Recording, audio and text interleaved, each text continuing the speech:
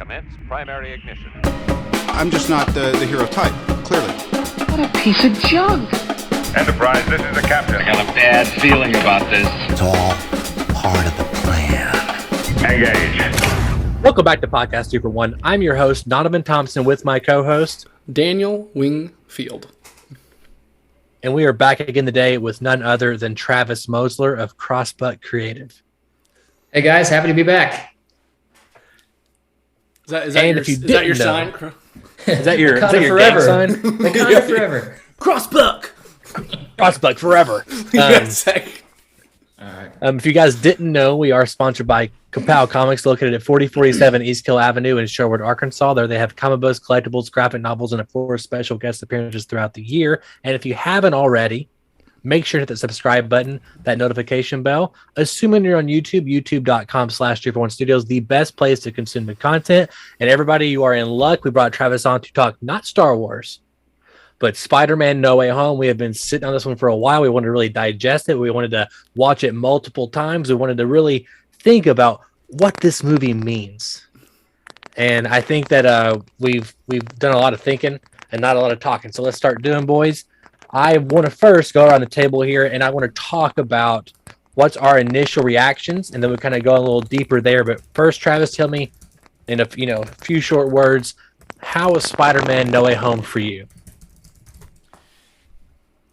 Well, going into it, I think we all had our expectations through the roof, and that is a scary place to walk into a movie theater with.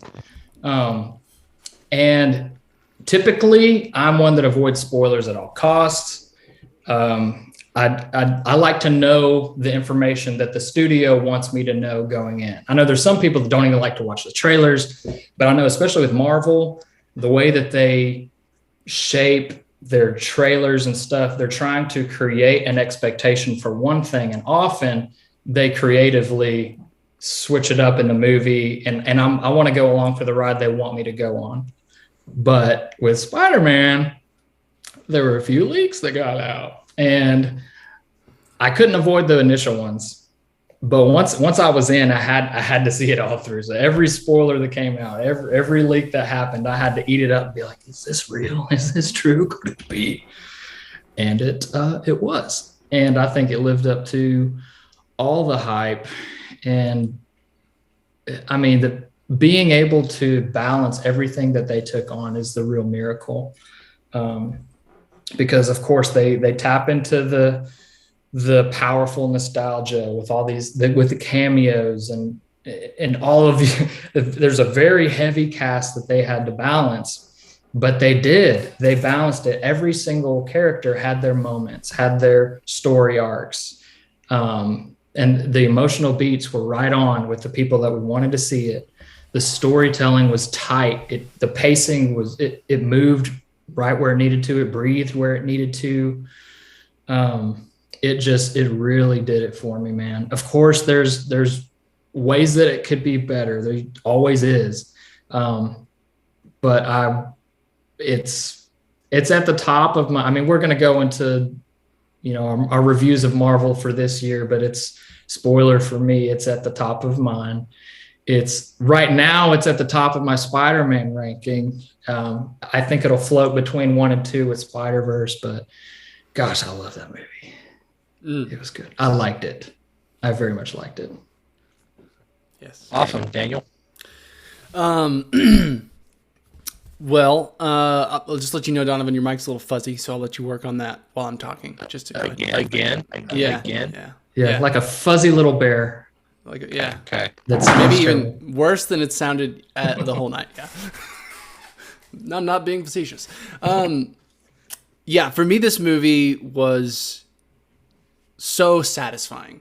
And I think I was similar to you guys. My expectations. Now, I didn't dive as fully into the leaks as you guys, and I didn't allow myself to trust them as much as you guys did. I just, as Mary Jane said, if you expect disappointment, you're never disappointed or whatever. And that was kind of, I honestly, I was thinking here, I was like, I wonder if Marvel is trying to like go meta there a little bit and then not disappoint us. Ta-da. I so enjoyed this film. It it brought full circle parts of my childhood in some ways that not many films can, or genres, series in general. I think, being a Spider-Man fan as a kid and loving the movies, and just there was just a level of enjoyment that this movie had that was beyond, I don't know, many things I've experienced in a theater. I mean, I think even just, I know that we were all there on the opening night in the same theater, and just that opening night crowd energy was there, very much like Endgame and Infinity War, but still different. I don't know. There was like a different energy slightly for me that was a little more giddy, kid-like. It was just like a bunch of grown men like seeing their childhood dreams come true as 30-year-olds or whatever. And there was something just kind of pure about that I really enjoyed. But the movie, I think structurally, even if we're talking about it as a movie, there's some issues. And I think pacing-wise, it does, there's a lot. You're kind of drinking out of a fire hydrant at times. But the movie really overcomes those. And to me, it's one of those things where looking back, I can point out was like, wow, yeah, like it took us a long time to get to this point or whatever. But like when I'm in the theater, it does not.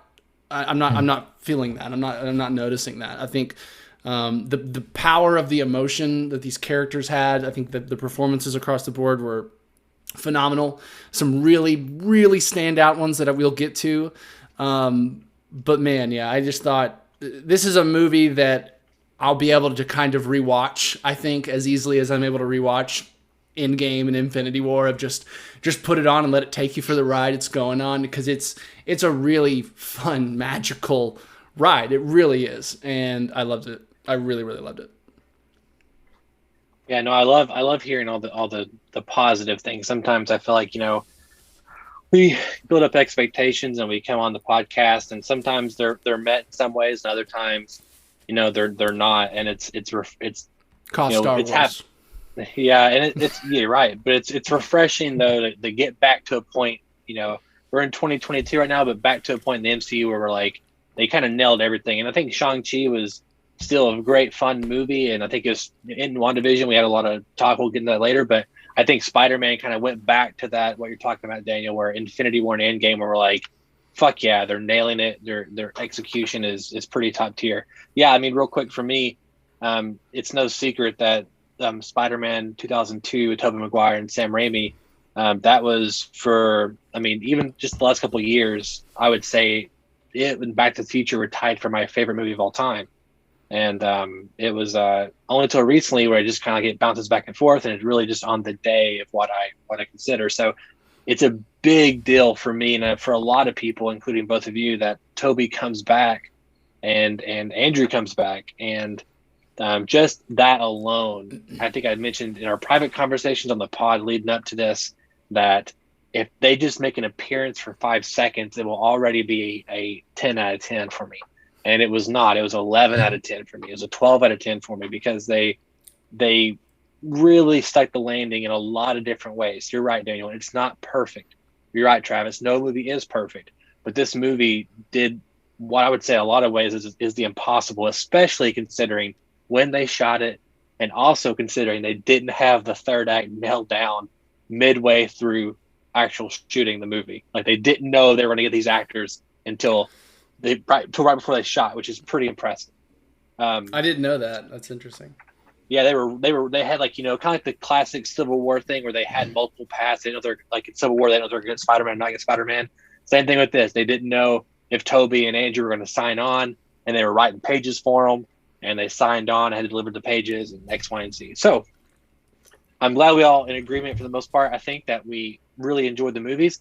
I want to kind of break down the plot a little bit more, and I say plot as in let's kind of go through a lot of these story beats, and I want to kind of touch upon something that Travis said earlier, was this expectation that they set up in the trailers and what we kind of went in going in, what we got out of it, because there's a lot of things throughout the year we talked about, like, oh man, Doctor Strange, why are you talking like that? And when I walked out of the theater, I was like, okay, I was wrong, you were right, I'll shut up now, kind of thing. So let's kind of work through these big scenes and kind of talk about all the things they got right, and also talk about those fears we had going in and how they kind of went in and kind of corrected those as we went. So I know the movie picks up right with Spider-Man.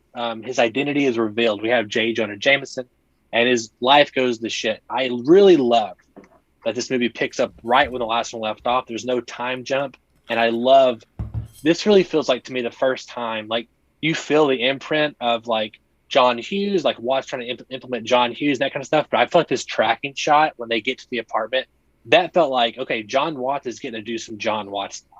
I say that not knowing what John Watts' style is because he didn't really have one before he made this movie, but it felt like that was a director choice.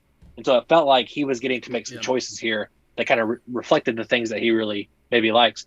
So I love them like dolling out the crisis here. I love when he's like in his underwear and hiding the shades and they're that was fantastic. The whole sequence was, you're right, like at a filmmaker level it was amazing in a way, and like just blocking and camera movement, but then like it was hilarious. Like the dialogue was fantastic, the performances, the kind of the chemistry between the different Happy and Aunt May going back about the relationship, just all of it was just, it almost felt Sorkin-esque with the kind of cross-talking and people. You're honestly following kind of 3 different levels of conversation and things happening at the same time. It was great. Well, that whole sequence was like one shot.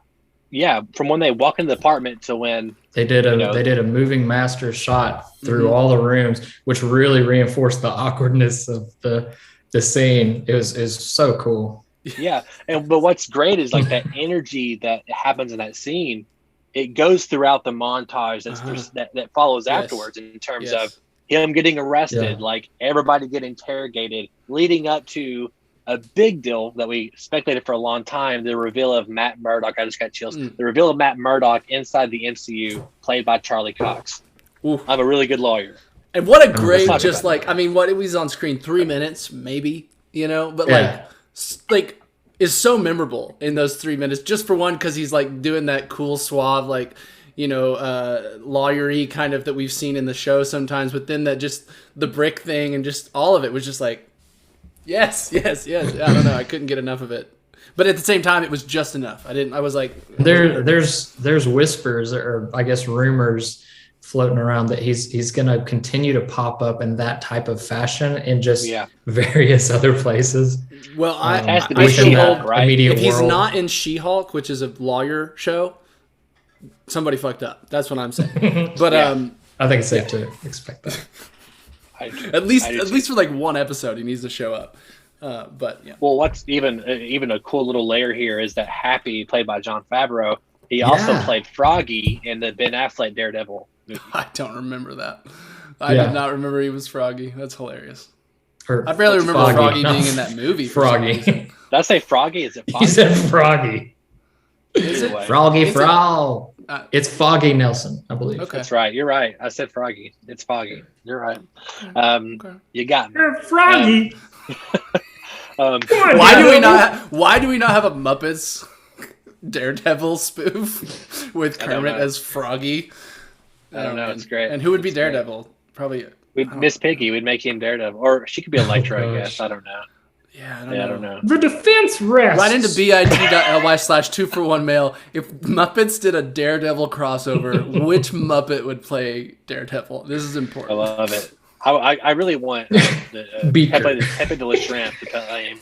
That's who I want to be Daredevil. Beaker, meep. Just.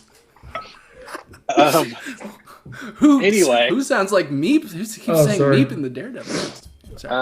No, I mean, I think it's a really cool moment. You know who are the MCU fans in the crowd when that happened, because you hear the murmuring, talking. I was constantly grabbing my brother and Matt on the left and right of me, or maybe and I was just like, whoa, like always letting them know, like, hey, something important's happening, and they knew, and it's a cool, fun thing, and we have to give mad respect to Feige for going into that Netflix pool and pulling the things that are good about those Netflix shows and bringing them into the MCU, and I'm excited to see where they're going to next. Agreed. Mm-hmm. What's really really exciting about this movie too is the Doctor Strange and Spider-Man relationship. And one thing they've had every movie so far in the Spider-Man in this MCU version is like a mentor. And following the the Matt Murdock scene, we started kind of see the implications of what happened in Peter's life, right? So this is kind of the meat of the movie. He wants to, he wants to get into MIT. He wants his friends to get into MIT, more importantly. And, he wants things to go back to where they were because his life, is in chaos now, obviously. And him going to the Sanctum Sanctorum, and that was one of the things we were always like, is it like, we were so confused by the way he was acting in the trailer from the cuts. We were speculating he might be the evil Doctor Strange, which we'll get to later. It was like, is this even a different Doctor Strange? Because he's so uncharacteristic, which also shows you how hard Marvel's job is. Like, they have to be consistent as fuck. We're just going to tear them in half. And they were. Like, there's the moment, I think me and Daniel talked about this when we saw it our second time together, when he's like, I'm sorry for asking, like, I realized, you can't, like, you don't have the time stone anymore. And he's like, no, it's okay. Like, he has this moment where he's like, he's not just some reckless sorcerer. He's a guy who feels empathy for this kid who's asking for help, who doesn't ask anybody for help. And it's so good. It's so good. And I really like what they do with this character in this whole movie, especially in context of our next outing with the MCU being like in a feature film being his movie, being the Multiverse of Madness, because I feel like you're right. He does have this like sympathy to him that we have not seen before with him, really. But there's also kind of this like restless, like, he's out of a job. He, helped save the fucking universe, and now he's just like chilling in sweatpants and like, you know what I mean? Like, there's this aura of just like restlessness to him that also makes it more believable that like he'll just, I'll just do this dangerous spell for you. Why not? Yeah. You know what I mean? He's just kind of like bored. his talents are being wasted at this point. Like, well, you're touching upon it, but they mentioned he's not the Sorcerer Supreme anymore. Exactly. Which I was like, yeah. I love a job. I love it. I do too. Yeah, I love it's that. wonderful. And it makes sense of why it's a technicality. It also gives more reference to why Wong was probably at the end credit scene of Shang-Chi. Exactly. So I really like it, what they did with his character, because for one, he works so well in this movie, both as like this, because he is kind of a mentor, but he's also kind of this like mentor that doesn't have his shit as together as, he's pretending he might or whatever. It's in terms of decision making at the very least. And so I like that we're getting this kind of a little bit more reckless Strange. And I feel like, to me, it seems so clear the direction they're going forward with him, past this is him dealing with where he is at in his life, which is kind of this directionless slightly place. And so I really love what they did through this whole movie. But I agree, I think they really made, and I remember from like even the cartoons in the 90s, I remember Spider-Man and Doctor Strange crossing paths quite a bit and kind of like helping each other out quite a bit. And so I think it felt good at that sense of like, okay, we're kind of seeing them build more of like a relationship in this film versus a business relationship as they've had basically in the previous films. But yeah, I liked it a lot. I think so. There's several levels to how Doctor Strange and Spider-Man have a connection that you can see in Doctor Strange's eyes at certain lines and certain things that happen in that whole sequence's interactions. One of the things that's just kind of an underlying sub issue here is that it's kind of his fault that Tony died, but he didn't, but the course of everything that happened is because he looked in the future, said it was a one way, like, and he knew from the get go, like, this is how it happens. That holding back the water. And he was right there with Tony and Spider-Man, seeing the level of anguish and emotion to their relationship. So I know at some level he feels that, and he sees this kid who's kind of lost in the world without this guy who he was following as a mentor. So there's that. And then when he says, we're not going to do this because we're just, it's a reckless spell. It's not about this or whatever. And then when Peter says like, no, it's not about me. What's happening right now is hurting the people around me. So the only reason I want to do this is because of these other people. And that echoes back to the Ancient One's words to Doctor Strange, where she's like, it's not about you. Like, Stephen, it's not about you. Because he was the prideful, selfish one who didn't think of others. And here's this kid who has every right to be struggling, and he's still thinking about others. And so I think that probably calculated into his like, okay, I think there's a way we could do this, you know? Yeah, no, I mean, it's just a great, you know, it's starting to, it's the seeds here of the things that I've been missing from this MCU Spider-Man. I've been there day one. I've seen all of them multiple times in theaters. I own them. I've seen them a billion times since they come out, but they have always been missing something for me than compared to the original trilogy and then Andrew's duology. And that is, this is a character that, you know, he's making choices, and that he's getting shit on constantly. You know, there was things he was doing in 1 and 2, but it was really other forces kind of intervening on him, and he was having to deal with that, right? The MCU was basically interfering on Spider-Man, and he had to deal with those things. It was Iron Man's bad guys. It was all these other things. Here's a situation on multiple levels where it's Peter making decisions that are coming back to haunt him, and like from the get-go for the most part. And then also on top of that, it's other Peter's decisions coming back to haunt our Peter, right? MCU Peter. But this scene really sows the seeds there of the man and the Spider-Man title is him caring about others and being, you know, have the Parker luck, as they say, the character who's always down and always that kind of thing, which we'll get to that obviously as the movie goes on. No, I love the relationship. Before we move too far past this deal with Strange, I wanted to hit one quick thing that could be nothing, but it could be something. Every time the spell was modified, there was another ring that went around Strange and Peter. Peter made 5 adjustments, five changes, but at the end of the spell, there were 6 rings. Well, if there was one in the beginning, an original one, and then he adjusted once, then there'd be 2.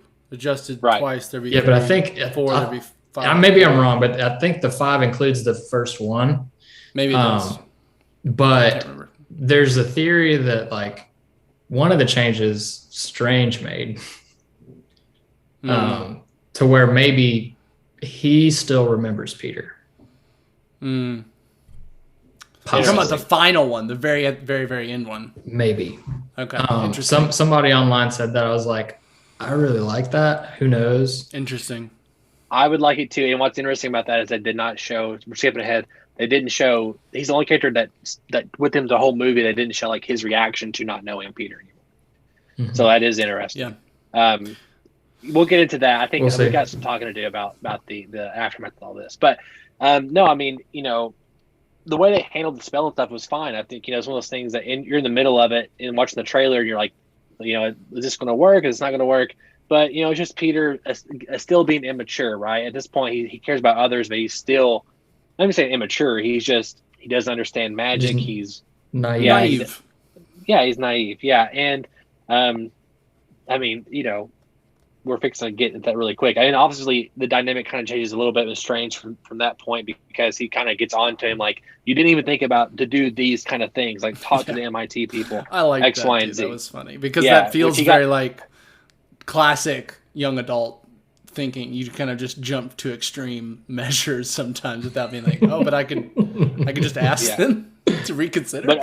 But also like even the flip side, like Strange was, like you said, Daniel, he was a little reckless in the sense that he went to this big altering spell instead of saying, hey, did you talk to the MIT people as an adult? You know, he's the smartest man in the room, but sometimes that makes you have blinders to the normal people issues, you know? Yeah, when he says that, sometimes, you know, after saving the world together, I forget you're just a kid. Right. And I think that's great. And I think that really helped. You know, I think what Doctor Strange does for this film is he kind of is like the voice of like the film's like messaging almost. And like, what is Peter learning or having to learn in this film? And what is this dealing with? It's dealing with him. I mean, the reason we get into this mess is because he wants to be Spider-Man and be Peter Parker and have the full benefits of both. basically. Mm-hmm. And obviously that gets into the final decision that's made and the consequences of that. And I think that's really cool too, just because that's kind of like the quintessential Peter, like Spider-Man problem as a character. Right. Spider-Man is always screwing over Peter Parker, basically. Like that's basically what happens his whole life.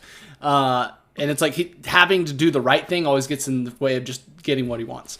And I think this movie feels like it really got him on that path as like a major, like that's where his character is now, versus where these other films, they've been great. Like, like Donovan said, I've been there for Homecoming and No Way Home and stuff, but like they felt a bit more just like adventure films a little bit with Spider-Man even at times. And like, just, I feel like with this film, with Strange and with what we're going to come up with, I just feel like we're getting a more core Spider-Man now out of Tom Holland's Spider-Man. And I think Strange, like I said, is a big part of introducing that. But well, I mean, the best things about Homecoming and Far From Home, Homecoming is the Vulture Peter scene because his two worlds are colliding. The best stuff in Far From Home is obviously the, him trying to go on a date with MJ, but he can't because he's Spider-Man. Like that whole theme, right? Like more importantly, the stuff, in regards to him making poor decisions with the glasses. But you get my point. So let's get into some of the fun stuff here. The movie starts really doing the thing that thanks, Travis, doing the thing that we've seen the trailers really market, right? And that is the Doc Ock versus Spider-Man fight. And we know Spider-Man now, armed with the knowledge that he can go talk to this MIT person. He goes and finds her on the bridge, which I guess is a good idea as any. And in tattered up clothes, that also the same clothes that Toby is wearing in Spider-Man 3. Again, there's a lot of echoes like this throughout the movie. And of course, we get the arrival of Alfred Molina's Doc Ock. And what a fun scene. And what a great visual explanation of the tentacles versus the Iron Spider suit. We know that. And it's another thing too. They do a good job of giving reasons, like story reasons, as to why he keeps changing suits. And obviously, it's hey, we have toys to sell, but also it's like, hey, let's honor all the cool suits we've seen him do, and also kind of show us some other stuff from the other franchises as well. So Iron Spider suit versus Doc Ock. I mean, it was everything I wanted. I really enjoyed it. And it was fun seeing, all the little lines from Alfred Molina, even the lines that he said from Spider-Man 2. I don't know. It was great. I mean, seeing the nano stuff come onto his arms. Awesome. Oh, my gosh. Yeah. So, first of all, what's hilarious is that, I mean, like we talked about earlier, how this whole production and release and marketing was kind of in flux because the movie was developing and things were ongoing. They had every intention of framing this as a Spider-Man versus Doctor Strange Civil War type of movie. That's all they were going to market it as. They were going to somehow build up this conflict, and that's all that we would see. But then Alfred Molina out here like, oh, yeah, I'm in that movie. Like, I'm going to be in Spider-Man. Yeah. And so they were like, well, okay. Which know that. You can really tell, though, that Peter versus Strange like layer is in the trailer, like, because again that goes back to what Donovan was saying of like, man, Strange is like a jerk in these trailers, man. He's like a they definitely hit that. And you can, and like this, like I felt like we were seeing so much of the train fight when they're like in the mirror universe, like that was a lot of the trailers. And I think they were trying to keep the fans busy with speculation of the Strange stuff, because it's like, oh yeah, there is this dark Strange, and oh yeah, there could be these other dark forces at work here, and I mean it could be all these things at play. So they kept that element tidbit for you is that the movie originally was supposed to come out after Multiverse of Madness, but the pandemic shifted the release schedule. So that would have been, they did rewrites after I don't know how that everything kind of shifted things. Possible, knowing what different movies. Know now about speculation about that movie. Well, to be fair, they just completed or are ongoing 6 weeks of reshoots for Doctor Strange 2 right now. So, which is a lot of reshoots. Which we'll get into that as well. But I mean, Daniel, what do you think about this? I mean, it's like hard. How do you complain about this, right? I mean, one thing if I had one complaint, it would be like they kind of bring some of that MCU humor to like kind of poke fun at some of the stuff, like with with Doc Ock, that kind of thing.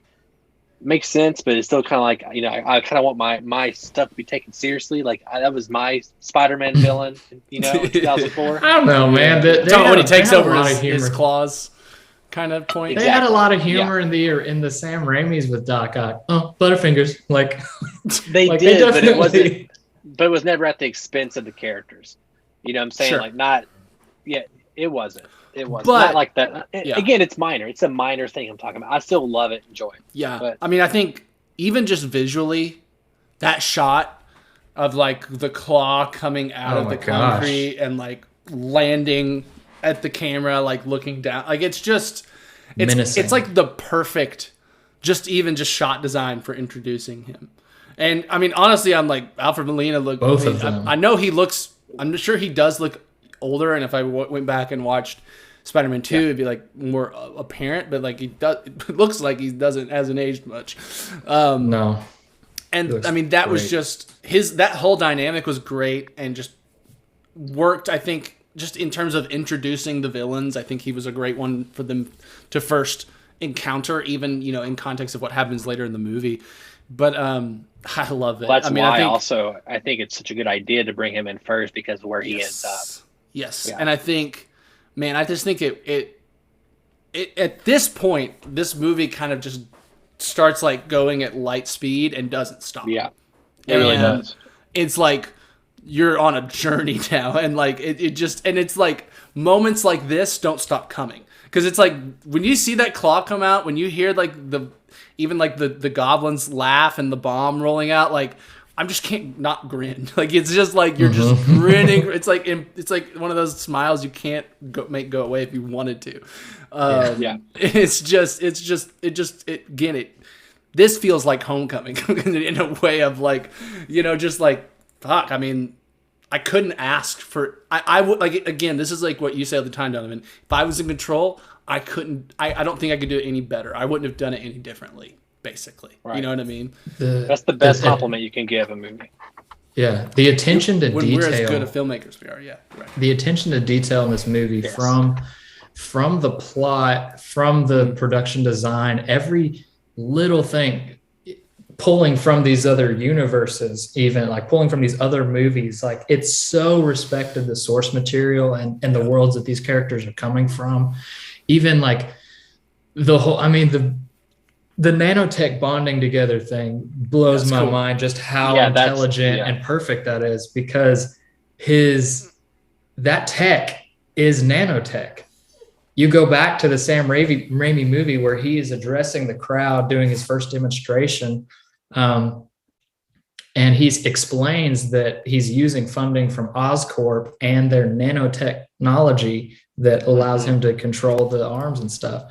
And so the nanotech from Stark is it's compatible. Like, it's crazy, man. Yeah. Well, here's another thing that is just to kind of keep sucking its dick.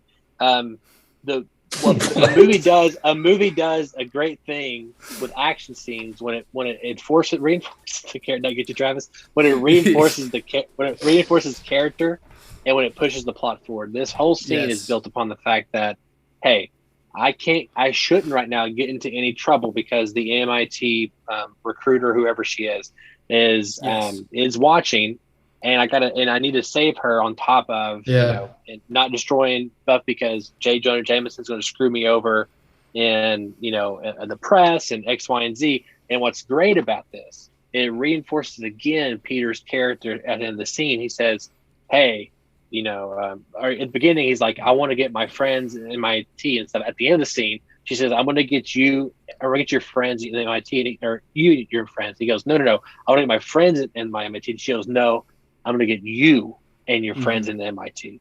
Saying like, look, you know, like you're a good person. Yeah. Like your head's in the right place, and you deserve this as much as they do. And it shows his selfishness again.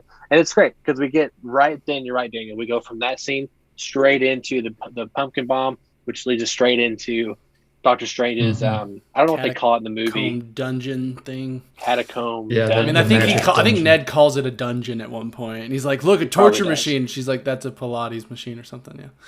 Yeah, exactly. And we're introduced into like the main plot of the movie, right? We gotta capture some Gotta catch multiverse them Ned all. gotta catch them all 151 as Ned says. And And isn't the lizard already there once they transport him there? Yes, Lizard's where we already get there. introduced Doctor in. Strange. because we got that first scratched jump up shot of him That's right. from the Yeah. trailer. from the trailer, which we all thought was Venom, or some thought was Venom, right? Until it was not. Yeah.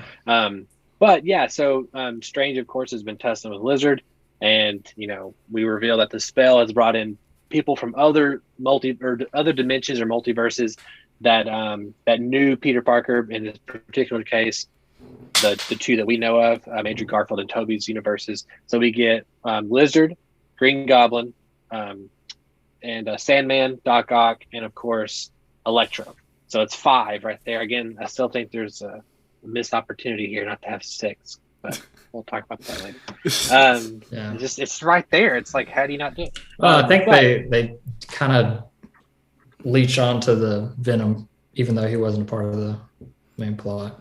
That doesn't count, Travis. It doesn't count. But That's not true. If you want to get anal about it, Quentin Beck did start this whole chain of events, and Mysterio is a part of the Sinister Six.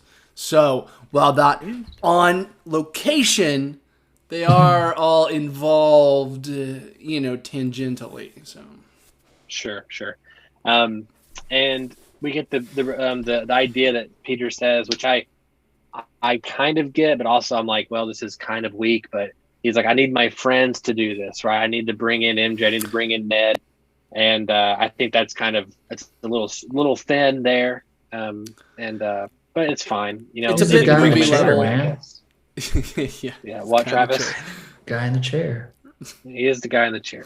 It is. I agree. It's just like it's one of those things that feels more motivated because it's a movie with these actors in it, and it's that kind of movie. Well, where they're gonna Scooby Doo some shit. Yeah, I'm glad he didn't say crap too. By the way, that in the trailer that just felt too. weird. Scooby Doo this crap. But he also his accent breaks pretty hard when he's yelling right there. It's pretty. It's pretty funny. But. I think in reality he wanted them there for like emotional support. This is a really complex situation he's dealing with, and I think he knows like they're not going to give me much of a tactical advantage, but I need my people just because. Yeah. He's making decisions and realizes that he messed up and needs some support. Probably that's my rationale. It's still a little weak. I mean, you wouldn't want to put them literally next to all the bad guys in the cage. Yeah, they could have had a HQ offsite from the bad guys. True, but Zoom meeting, Zoom them in. Yeah, exactly. From a bunker somewhere.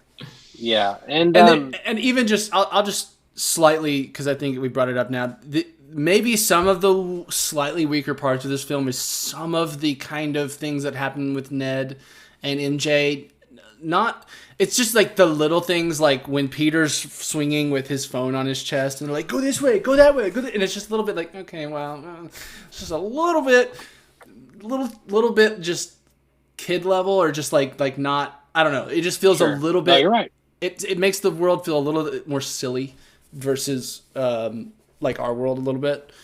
But there's just little things like that I think with them I think it was one of those things where like I think the writers felt the need to involve them because they are so central to Peter's emotional arc through the film, and it would be and I see the issue. It would be really weird if it was like the beginning of the movie is happening because of Ned and MJ and his interpersonal issues, and then they just go fuck off for an hour while Peter does a bunch of superhero shit and then show up at the end for the finale. That wouldn't have worked. And so I get that, like we need to include them. We need to have them brought into the process for like his emotional arc to feel satisfying and work. Sure. It's just, I think some of the ways they did it were just a little bit less interesting, if I'll say it that way. And I agree. And to pat him on the back a little bit, I mean, one thing that I do not like about the other two movies, and that they kind of rectified a little bit in this one, is that he doesn't have all the other fucking classmates with him. We see Betty Brant a little bit in this one. We get a little bit of Flash, in the beginning. That's one thing. Like, I mean, I I appreciate the John Hughes vibe references, that kind of stuff in Homecoming, but I want to see a Spider-Man movie. I don't want to see Spider-Man in his subpar Friends movie. You know what I'm saying? So it was nice kind of honing it back down to these two characters. And it's by far, just real quick, to Zendaya. Never been a really big fan of her MJ, but this is by far the best they've done with her so far. And she gets obviously more meat to work with, but also they don't. I mean, it's kind of weird to me. In she's barely in Spider-Man 1. She's just side awkward emo character, and then in 2, it's like he's like, oh, I like MJ so much, and it's like, why? You didn't even talk to her in the first movie. And it's kind of happened off screen. And also, like, why do you like her being like loving the Black Dahlia and death? And like, I mean, maybe it works for some people, I guess, but like, they don't do a good reason selling us. Like, I don't know, sell me. I don't know. Sell on the I agree. It felt a bit contrived, their relationship, especially in No Way Home. Yeah, I mean, compared to Kirsten might be a different argument, but compared to Emma Stone and Andrew Garfield, they have an amazing set of chemistry in those first 2 movies. In those only 2 movies, I guess. But I really loved Kirsten and Andrew. I mean, like I love her too. But I mean, now to be fair, they spent like the first third of that movie, and they spent a ton of time on her, and she was very integral to that plot throughout and kind of Peter's journey.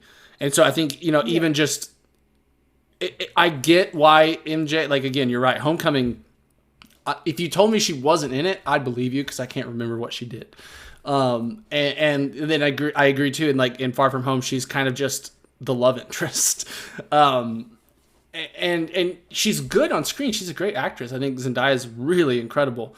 But this one, there was a different I mean, she had an arc in this movie, and you can't say that about any of her other films, basically, as MJ.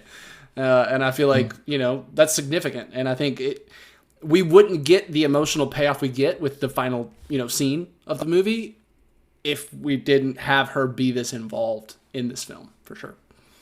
It had to be. Yeah. They took the relationship to new depths, I think, which is important. I mean, because these are high school kids, and TV and movies, they always really over dramatize like teenage relationships to the point that's teenagers are dramatic and they're in love with everybody, but it needs to make sense. And here they do have these life or death moments and these existential crises that they're there for each other too. And it reinforces that bond, and we're able to see more of their range as actors and just how they play with how they play off of each other, and really showed out. There was some really great moments, like when they were FaceTiming each other earlier in the movie. When Happy's sleeping, that's great. Yeah. But like just on top of the roof at the school, But like when they're zooming, there's just even some things like when they're talking back and forth, like how they talk. The dialogue and the delivery is fantastic. It feels so real. And it's like, you don't get that in a lot of movies, period. But superhero movies, that's an even bigger gap usually. Like that you have that natural of feeling of a relationship on screen. When he's saying something, she's like, do you think I'm being, over something? And he's like, no, well, maybe a little bit. Like there's just like that, wow, this feels real. And it just authentic. Credit to Zendaya and Tom. I mean, it maybe helps that they actually are in a relationship. Maybe, I don't know. But a little bit. It showed. So keep dating. Yeah, prior to this movie, I couldn't conceive a big sweeping cinematic kiss with them working very well. Yeah, I agree. But it did. It made sense, and I felt it. And it was because of everything that led up to it in this movie. It's impressive because, like we've said, because she does so little and has such little substance in the first 2 movies, this movie did a lot of legwork for itself. Yeah, I know that if the first 2 movies had a bit more just nuance to it and had done more with MJ and Tom, this movie might not have had to do so much. But that's just a credit to this film for being able to set groundwork and then deliver on it within the same 2 hours and 40 minutes and make it feel there's something there though when we get to a specific scene that's, obviously a pivotal moment. I want to bring that back up, Daniel. I think there's something there to talk about also. Let's Scooby-Doo this shit, as our good friend Stephen Strange would say. And I've seen the movie 4 times now, and I love, the Doc Ock fight. But every time I've seen the movie, I am like waiting for this scene just because it's something that you didn't see much of in the trailer. And there's a few characters in it and their interactions that I just, it ties back into older movies I just really enjoyed. And that's the Sandman and Electro scene here. We get our big, reintroduction to Jamie Foxx's Electro. He's just dramatically a different character. His looks, his talking, his dialogue, he's charismatic. He's everything. He's, just a different, he got the ultimate glow up, literally. Right. And then we get introduced to Thomas Hayden Church's Sandman. And one of the things that I think excites me about this scene, and it's so little, so maybe I'm just easy to please, I don't know, but it's just having him come up, block the electricity, and he says, Peter, and it's his voice. And I was like, oh, they got him back, because we didn't get any of that in the trailer. It's like, oh, thank God, he's back in the movie. And of course, why wouldn't you, Yeah. And so I think, and if we're going off the relationship that we saw in Spider-Man 3, right, where it ended, where Sandman and Peter forgive each other, and he dusts off into the sunset. Yeah. And he's the only character who could fake his death, I guess, in Infinity War. And yeah, thank you, Travis. And I just love that dynamic, right? And I think it was cool seeing even we said echoes earlier with Toby's suit. Whenever Peter is webbing up the power poles and he's doing the thing, it's not exactly shot for shot, but it's like move for move what Andrew is doing in Amazing Spider-Man 2 to shoot back electricity on Electro. Those kind of things is what's amazing. And even when Electro comes in and we get his theme song, that was the crazy, grunge, multiple voices thing by Hans Zimmer that he did. And I just thought it was a great scene. It was fun. And even Sandman being confused about where he's at, did you just kill him? Whenever he sends him back. I mean, Travis, take it.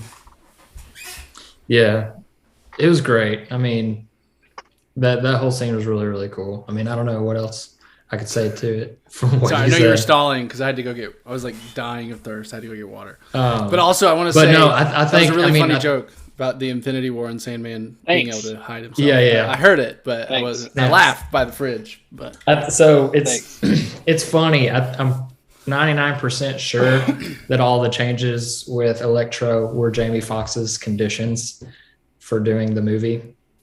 Probably. Just because of kind of the backlash and the reception of his character and the other one. He's like, he loves it, but he needed a little bit of help. And they addressed it in the movie, and I think it makes sense for the most part. The electricity frequency is different here. Sure. I'm down. So, and time has passed and things. Well, one of the things we did know from the Sony leaks way back whenever right before Civil War came out, was that Kevin Feige actively really liked Jamie Foxx's Electro. That's one of the things that in the emails, he praises Jamie Foxx. He likes things about it. So it seemed like he always from the get-go wanted to work with him again. And, and also, funny enough, he kind of he called Andrew Garfield whiny in the emails, and he kind of always said he'd be good, but he needs some work and he needs to kind of get to certain spots. Right. So yeah, he got to kind of get that, didn't he? But Daniel, what do you think about this? I love Electro. I mean, I think coming into it, it's been a long time since I've seen the Amazing Spider-Man movies, and I thought about rewatching all the Spider-Man before I watched it, and then I just didn't. So, shit happened. Good reason. I did twice.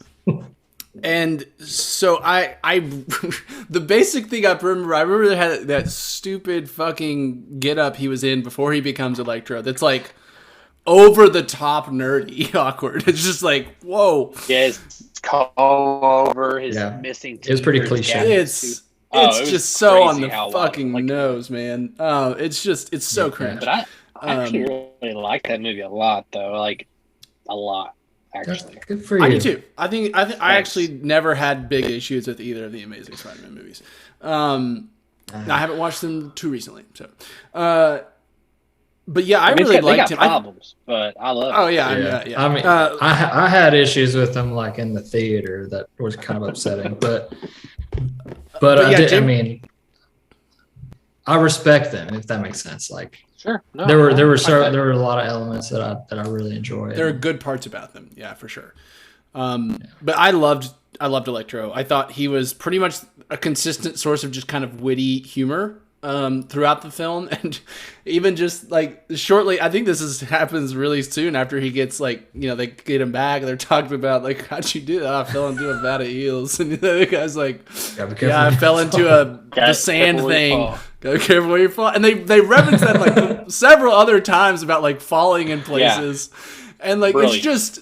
It's brilliant, like as like just humor in a movie, but then it's like there's this like meta level of like how many supervillains origin is falling into a vat of something. You know what I mean? Like since Batman '89, you know what I mean? Like we've been getting this as a cliche on screen. It's hilarious. It's really witty writing, and I think Electro was the perfect voice for that kind of modern commentary on the villains, because he was kind of like commenting on all of them, and I thought he brought kind of what felt like, okay, this feels like more of like a Jamie Foxx bringing something to this character in a Jamie Foxx kind of way that worked really well for me. Super well. Yeah, you're right. It felt more Jamie Foxx than just some random nerd character that they created, But no, this leads into, of course, the gauntlet that Strange gives Peter, the ability to bring back these villains to the catacombs, as we said earlier. And from there, essentially, the idea that Doctor Strange presents to Peter is that once you bring them back, we will press this button, which is like it encompasses a spell inside this a MacGuffin or a contraption. Yeah. And when we do that, it will send them back to the universe. It's a goober. Yeah, it's a goober. And send them back to the universe in which we learn that they will die. It says by the hands of Spider-Man, which is a little deceptive to Peter. It's really by their own hand. Like Peter really never actually, neither Peter ever really killed either one of them. Anyway. If I remember, like they talked about, I think one of the characters said he died fighting Spider-Man or something to that effect. Because I think the villains were the ones that brought that into light. Yeah. And then that's what registered with Strange. Like, okay, that's their fate. Because he doesn't. Yeah, I mean, it does feel to me, and maybe I'm just making a big deal of it, but it feels to me it's presented to our Peter that their Spider-Man killed them, and or didn't not save so much them that at the very couldn't save them. Yeah, so I agree though. There does feel a little, and especially, I mean, as we move forward and we kind of get into Aunt May's role in this film, there is definitely like this a bit of like trying to make up for other Spider-Man's mistakes or shortcomings even, or at least that's what he's intending to do. But I think by the end of it, that kind of gets reframed or readjusted for a better understanding of himself. I think it works really well. I thought it worked really well. I think it works well. The one thing that I think would have naturally happened that I would have liked to see on screen is a dialogue with the other Spider-Man about those situations. Like, did you kill these guys? Yeah. Like, what happened? No, I do think there's a little bit of like when they're talking about how to cure them and they're working together to do that. I think you get a little bit of like just obviously these Peter Parker Spider-Mans are just as invested in getting them better and cured, and like they're doing the science experiments with. Well, I think it's super evident to the audience and to Tom Holland Peter where their heart is, so that's good. Yeah. And maybe I'm forgetting. They may have addressed it with like one or two lines. Like, and I think this even goes to like, I think there's a really interesting thing about this movie, what it does with Aunt May and her guilting Peter into not sending them back and helping. What's his name? I think because I almost feel like the movie does. I mean, it does end up like kind of presenting that it was the right thing, but there is this level of like. Is it Peter Parker's in this universe's responsibility to fix all the mistakes of every other Peter Parker in every other universe? You know what I mean? Or where's that line kind of end? especially now we're getting into the multiverse. I think there is and I feel like the movie doesn't, like, obviously May dies and we get the, spoilers, the big line, which, was necessary to have at some point. But there's almost this part of me that's like, but what would it have been wrong for Peter just to send them back? I don't think so. You know what I mean? Like, and that, like, this level that he was fine with doing that until someone else felt he shouldn't do that, I think is interesting. And I think, well, I think he was conflicted, and it was reinforced by May. Like, I mean, you could tell he was wrestling with it. Well, to be fair, he doesn't make the choice to send them back until he learns that they're going to die when they're sent back. We'll get let's get there real quick. So, in the moment, right? Peter is presented after bringing them back. He goes to feast, and Aunt May's there. She tells him that Willem Dafoe is lost. We get the great before then Willem Dafoe moment with him breaking the goblin mask, which is maybe like a little meta reference, like, hey, we're not going to use the mask in this movie. Great. I want to spend a whole hour just on how great Willem Dafoe is here in a little bit. But damn, yes. Academy Award, please. And we get this plot idea, right, Daniel, of May's holy moral mission, as Green Goblin points out later, which also is really interesting. This movie, it has like so many different trajectories in the plot. Like, we go from Peter and identity to he's got to figure that out, to he's got to get to MIT with his friends, to he's got to race the memories to get back into MIT. Then he's got to go fighting the villains, and then his new mission is to save the villains. Right? It just constantly keeps changing the plot of this movie, which I think is another reason why it kind of goes so fast too. Is that we're constantly changing the directives here. Well, he accomplishes his goals pretty quickly a lot, and then it's on to the next one. Yeah. Right. So after we get Green Goblin back to the Sanctorum, whatever, we're presented with the idea, right, that if they go back, then they will die at the hands of Spider-Man or die confronting Spider-Man, and that's when we get the notion that Peter says, I mean, there was a moment before with May. She's like, he's like, I just got to send them back, and they're like, well, these people need to be fixed. He's like, well, no, we got to send them back, like, which makes sense, like, send them back because. It's not my problem. Like, I don't know their fate. Like, they got to figure this out. Like, there's also part of like time continuum. Like, on my level, I'm thinking I can't do something here. I'm going to mess up the universe over there if I do something. You know what I'm saying? Like, that's how I'd be thinking about it from a multiverse. Or why doesn't Doctor Strange? Which obviously is. Well, he kind of does say something about that slightly, but you would think that would be like his main. Like, his main crux of like no. Yeah, and I think that's a huge part of his like conscience is like. He has to respect the sanctity of the timelines in the multiverse. I mean, that's the whole reason he justifies everything that happened with Endgame and his recourse of that. Or, I mean, the whole Tilda Swinton's whole thing in like, about having to return the timelines to exactly like they were, I think. And I'm wondering, and I would not be surprised if we deal with maybe some potential fallout from some of this in the Multiverse of Madness. So. Oh, I definitely think so. But so we're presented with that, right? Like, Doctor Strange's thesis is we can't interfere. We don't understand the multiverse. It's a concept we'd have very little of, right? It's a frightening little, which also his delivery is great. It's great. And then Peter, here's another thing of why I love this movie so much and why I was always on board, but now I'm like on board as a captain. I got a crew. This Peter Parker, you see him be a hero, and he's always been a hero. With Spider-Man in a situation where he could save these people, even though it might cause problems in the multiverse, that's very much a Spider-Man thing to do, is to try to save them no matter what. Nobody dies. It's very much a Spider-Man thing. Mm-hmm. And I love the idea that he does that. And we get introduced to this pretty fun sequence, the sequence we saw a lot of, but it's so much more intricate and well thought out in the actual movie going experience. Doctor Strange versus Spider-Man in the mirror dimension. Mm-hmm. Yeah, and what a just great fun action sequence. I mean, the mirror dimension has always been like one of the most kind of visually fun sequences in the entire MCU. You know what I mean? Like, just you can just watch those sequences in Doctor Strange, and they're just fun on their own visually. Mm-hmm. And it was really fun just to see Spider-Man in there. the whole like math thing, I was like done. I was like, I mean, I'm wondering if like that's comically, like in comics, like slightly reflected of some kind of truth of it being some sort of like whatever fractal bullshit. I don't know.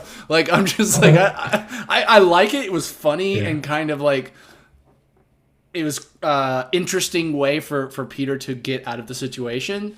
But it was also like, it kind of makes the mirror universe seem way less cool a little bit. Maybe I don't know. I don't think so. I think it what it does for me is it reinforces the idea that Peter's a genius. I mean, like Peter is a fair, and they don't do. They don't really talk about it a lot. It's reflected a lot in the comics and source material and stuff. I mean, even the way that he beat Doc Ock with the nanotech syncing and stuff. Like he uses science to get out of impossible situations. A lot, and uses critical thinking. So it was cool to see something that is a very intellectually complex solution, but a very practically simple one. Yeah, that to try to beat magic and the power of the former Sorcerer Supreme. It's so funny when he gets out of there. He's like, I gotta fight Doctor Strange and I beat him. Yeah. And they're like, no way. Exactly. Yeah. Because that's what the audience was thinking. We're like, wow. Yeah. No, what was interesting is like when he takes him to his astral plane is that Peter's body, I guess, still has a spider sense. And then he's able to go back. That was wonder like. Yeah. I was assuming it was the spider sense. You know what I mean? Like it had to be. Yeah, it is. It's absolutely. It's wonderful. And it's just a funny, like when Strange is like, how are you doing? Like he's just like, because it's a biological thing that's kind of detached from his. It's like a nervous system thing, not a brain thing. Yeah, it is like it's instincts. It's not. Yeah, no, I agree. And it makes. I agree that it makes some logical sense. It's like okay, that actually follows. It's like it's a physical biological premonition. Yeah, that just happens. Yeah, so no, I got it. Well, it's also a good thing. A little extra layer that I like is that it repaint. Or there's always the problem with like power dynamics. Like, well, who can meet Doctor Strange and he can do this and that? And it's like, well, there are certain things that can outmaneuver him. One of them being just like someone else's abilities, and this one's a very simple one. And the other one is just intellect, which I think is always a good solution to beat somebody is intellect. So I think it kind of keep adding these layers of like, how do we get, it's just good world building. And I think it's also fun world building. Yes. It also like, it makes, Spider-Man's always been, he's never been the strongest, but he's always been a key player in the comics. Like he's there. He's Spider-Man. He's the biggest character, but he's never been like leading the Avengers, nothing like that ever. But it definitely, this is making Spider-Man become like elevated status in the MCU in terms of like, he has fought people in space. He has fought the Sorcerer Supreme, and he's gonna, I can see him playing a larger leadership role in the new Avengers movies. Absolutely. Yep. So they could take it whichever direction they want, because I could also see him a strong leader on the ground level with his new storyline. Yeah, sure. I agree. No, you're right. I think once we get back to the Sanctum, we're presented with the idea that, okay, Peter's going to try to save them, right? And he gives even them ultimatums. Okay, look, you let me try to cure you, or you go back and die. And he said, well, it's not much of a choice. And, he can't, he's strong home a little bit, but it's fine, right? It's good intention. So he tells him, hey, you two stay back here. I'm going to cure them at my loft that we're at with Happy and May. And we were set up a little bit earlier, seeing the Stark, whatever machine thingy that can do anything earlier in the movie. Building the Legos.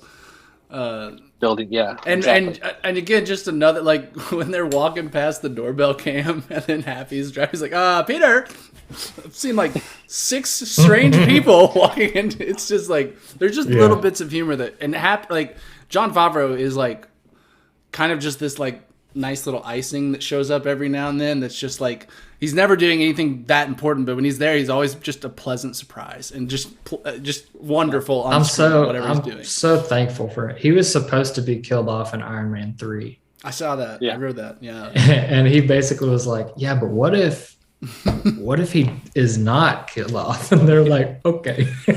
It would feel very different in a post Tony world if Happy wasn't around, for sure. Oh, yeah. It would, and we got to give him credit. The man is the godfather of the MCU with the creation of Iron Man 1 and Iron Man 2. Good Star Wars, so he good is. modern Star Wars. I'll say that. He is.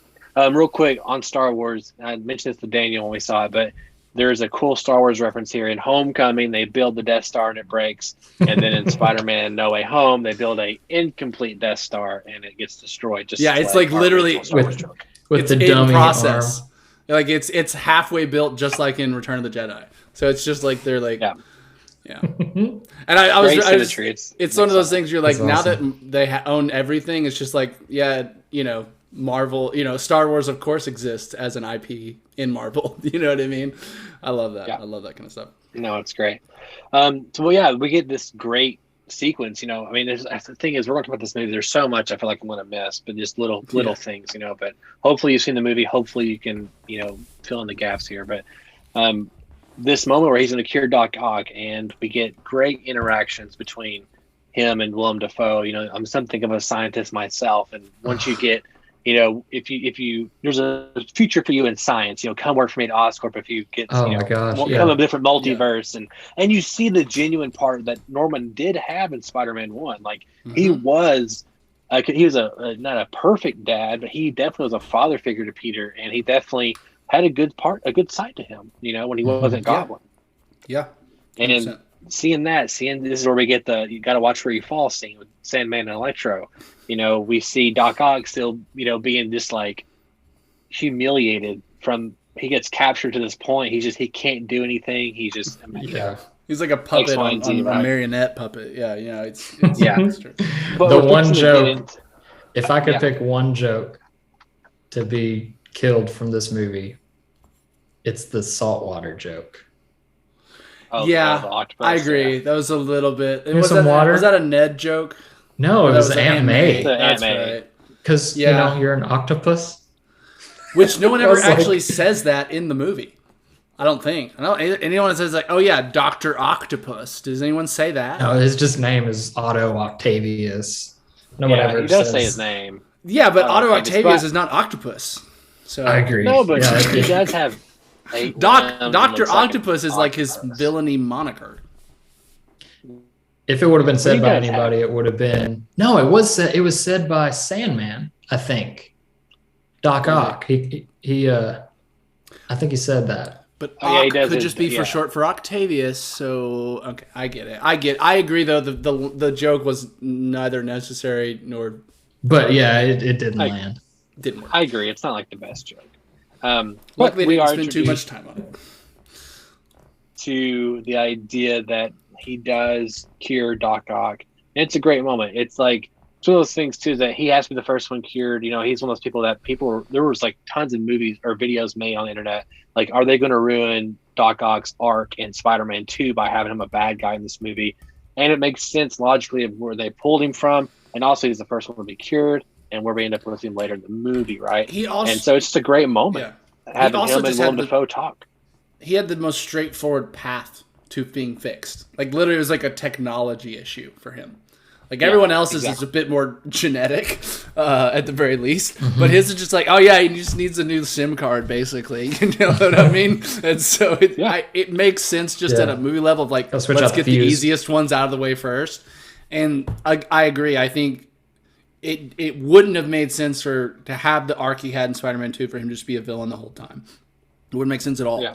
And I think, it makes Doc Ock in Spider-Man 2 was always felt so redeemable because he was being kind of controlled by other things, or like he had his like thoughts invaded by these machines. So yeah, I love it, and I agree. I love the little like when he's like Norman, and like and they have this like almost like professionals seeing each other as like peers of science again, of just kind of this. It's really kind of heartfelt and kind of like something we never saw either. Like we never knew that they had a connection in the original movies. Like it's just nice easy to knowing assume they knew each other. Yeah, it's easy why this movie succeeds at the most basic levels is we have closure for every single character that they pulled from these previous movies from the past 2 decades. So anyone who those movies were a big part of their lives, like, this is so meaningful. It's cathartic. It is cathartic. Very cathartic. But here, let's get into it, boys. This is the movie starts getting fucking nuts. And one of my favorite moments is coming up in the whole film. Spider Sense is going off, right? And he knows it's somebody in the room. We know that he has the arc reactor, or we know that Electro knows there's the arc reactor in another room. There's something powerful in there, different type of energy. Doc Ock's cured. Something he can feel it. And he has a little thing that seeks to suck out the electricity out of his body. And his spider sense is going off. And of course, it has to. Whenever you hear, he says, "You're about to be whole, Norman," and he's like, "Whole," or whatever he says. He says it in the goblin voice, but it's just me. To the camera. Yeah, exactly. And you're just like, "All right, here we go. Yeah. Here we go." Oh. And then, of course, his spider sense, and he webs Green Goblin, and he's like, "That's a fancy little trick there," you know. And he's like, he says, "Norman's on sabbatical, honey." It's my favorite line of the film and the best delivery of any line in the film.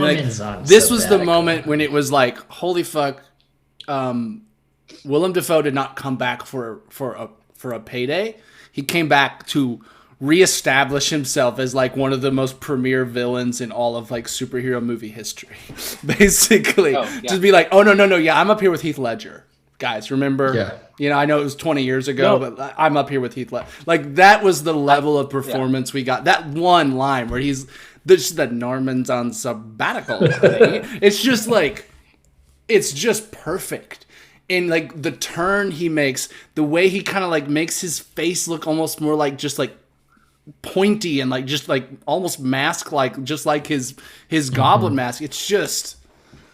And then, you know, the moments that come right after this are right alongside of it. Well, if there's, again, like with most of these situations in these movies, it's just executed so well because we have the ticking clock of Electro's little mechanism that's draining his electricity. Literally, and they cut to it clockwise. They cut to it more than once. So we know that like it's getting, you know, we've got a ticking clock, and then this is happening, and they slow down the whole moment. You know what's coming. And where Peter has the premonition to be protective of May in that moment is another foreshadowing. And boy, does it hit the ground running after that. It does. I felt very validated with this movie in terms of, I think me and Travis, we talked a little bit through text. We were rewatching the original movies, right?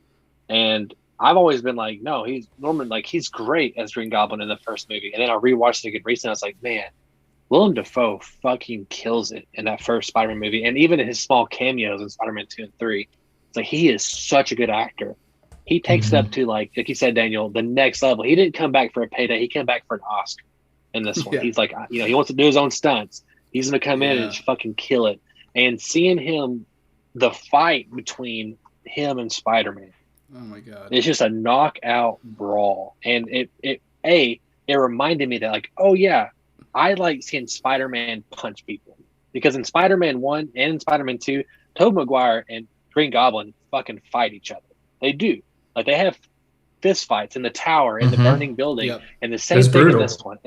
It's brutal. And I was like, oh man, it shows, like, when you see the blood and it creates stakes, right? When instead of Spider-Man swinging around, which I love doing the web stuff, but it makes it so much closer and visceral and violent. And when Peter is hitting him, because he like threatens Aunt May, and he's like laughing wider and wider. He's turning up. It's chills. It's Heath Ledger level. It is or more. It is, and like they're doing like wrestling moves going through fucking buildings. It's like I'm getting chills talking about it. I will watch that scene so many times before I die. Yes, it is. It reestablishes Willem as like, oh yeah, his Green Goblin. It's up there with Ledger's Joker. And I think that's almost more impressive given how little he actually had of screen time in this film versus Ledger. You know, he had a lot less time to reestablish the character, I guess, in this film. But man, like I was in this movie. Like there was nothing that I was like really having an issue with. But then that happens, it just took it to a different level of like, holy fucking shit. This is just great acting. And like you're getting who's literally an Academy Award winning actor. I mean, Willem Dafoe's like an actor's actor. And I think that's fun. Like Benedict Cumberbatch is a fucking actor's actor. He's in his like, you know, the Power of the Dog Western movies on Netflix and these like big deep character studies, and then he's fucking Doctor Strange, you know? And it's great. It's just like it to me, it gives credence to the fact like we're not crazy. These MC movies are fun, even for like the actor. You know what I mean? But man, just to see him give that performance, it's just and the way that Peter plays off of it, I think their kind of chemistry that they develop in this, like Peter's just kind of taken aback by just the gruesome nature of him. Yeah. You know, the evil he's displaying. I think, man, it's captivating. I agree. I could watch it over and over. And you know, again, this goes back to I echo a lot of fans when I say that I love the Spider-Man, but there was something about it that was different from the others. It was because this Peter hasn't went through a real hardcore loss, and yes, he did lose. We assumed he lost Uncle Ben. And the thing, and yes, he did lose Tony, which they spent a whole movie about. Mm-hmm. But it's so much different when you hit somebody, when you hit a parent, someone who raises you, and the scene. I'm her holy moral mission. I'm going to teach you a lesson, and he has fun teaching him this lesson. He throws a pumpkin bomb, and for a second, you're like, "Oh, she got out of it." The glider hits her in the back. You know, there's still a part of you that's like. Which is just another perfect homage to Spider-Man 1. Right. It is. And then you hear the lines, with great power comes great responsibility. And you know from that moment on, she is not going to survive this movie. Yeah. And what a heartbreaking scene. It's fantastic. Yeah, full credit to Tom. As someone who's lost a parent very, very unexpectedly, I was pretty impressed with his performance. I think it felt just Tom Holland's a great actor. He shows that with Zendaya, and in this moment is another level of just, it's a really great emotional performance from him, that moment. It was great. I mean, I was tearing up. It was really good. Yeah, it was fantastic. Yeah, it was so pure and focused and authentic and just like the perfect gut check for the audience and everyone that's been learning and growing alongside Tom, and just so perfect from a story point of view, just that it's Goblin that caused this, you know, and that the morality of Peter that kind of caused all of these problems is shaken to its very core from this, and he's willing to straight up murder, like straight up go against every fiber of his being, and you know, his guidance from Aunt May and stuff, and is just fully enraged, which makes the introduction of the next character so timely and absolutely perfect. It does. It is. It's the perfect salve to this low point. It is. And was very intentional. Very intentional. I mean, and honestly, and I know, I mean, I guess we're about to get there, but like my expectation, because I knew that these other two guys were showing up. My expectation was a big combat introduction. We're fighting or whatever, and then all of a sudden, boom, this other guy swings in, and this other guy swings in, and it to be more of a spectacle. Yeah. And what we got was so much better. You're right. You know, we pick back up with Ned and MJ, and they're tasked with the dilemma of, hey, if things go bad, push the button, send these guys back and seal their fate once and for all. And she's almost there. And we didn't say this earlier, but Ned did get Doctor Strange's sling ring earlier in the movie. And when they like high five or do their handshake, there's a little spark there. I love it. It's great. And there's even a little reference that line like earlier. He says, "My grandma says my family, we have magic in our family." We got the magic. It's perfect. It's perfect. It was is. done just well, and just with the lightest touch that they needed to make it feel good. It was. And of course we get Ned making a few hand signals. We start seeing a portal, and as soon as that happens, if you know anything, then you know what's coming. And he says, "Find me Peter Parker." And as soon as that portal opens up, you just see it. You know it's not our MCU Spider-Man. Yep. You might not know which Spider-Man it is, but you probably have a good idea. And out comes Andrew Garfield's Spider-Man from The Amazing Spider-Man. And the crowd. Oh, I knew which Spider-Man it was the second that I saw the silhouette. Yeah, once you see the suit, you see the big ass eyes. Yeah. Yeah. And it also makes sense that you saved Toby for last. You make that the big moment. You have to. Yeah. You have to. And I do think, people say a lot of times, just amongst the internet, that he still hasn't had the best suit in Amazing Spider-Man 2, was that Spider-Man suit. And people love that suit. And he comes out, and boy, did Andrew Garfield, I'd like his Spider-Man, especially in 2 and in 1 and stuff, but took it to another level this time. And 100%. I feel like him and Willem Dafoe have made it out the best out of this movie, and particularly maybe Andrew Garfield. It's one of those things if you like those movies, 1 and 2 amazing, you felt validated, and then you also kind of feel like I always liked Andrew Garfield Spider-Man. You like it now.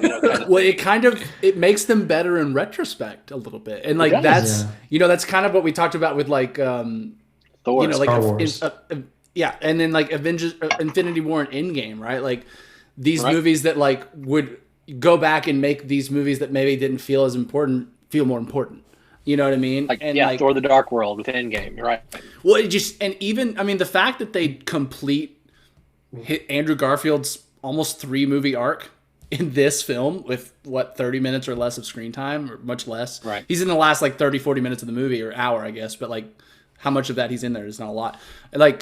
It's really impressive, and I think it just shows again that the people in charge care about every iteration of this character. You know what I mean? They're not okay, let's bring Toby back because everyone loves him. We'll have to bring Garfield back because we have to, and then let's just give him it's they really said, how do we not just bring them back, but bring them back in the best way possible and make the most of them.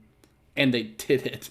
Yeah. And I think that, going back to what we expected, I wasn't letting myself believe it, but I was pretty sure they were all in it.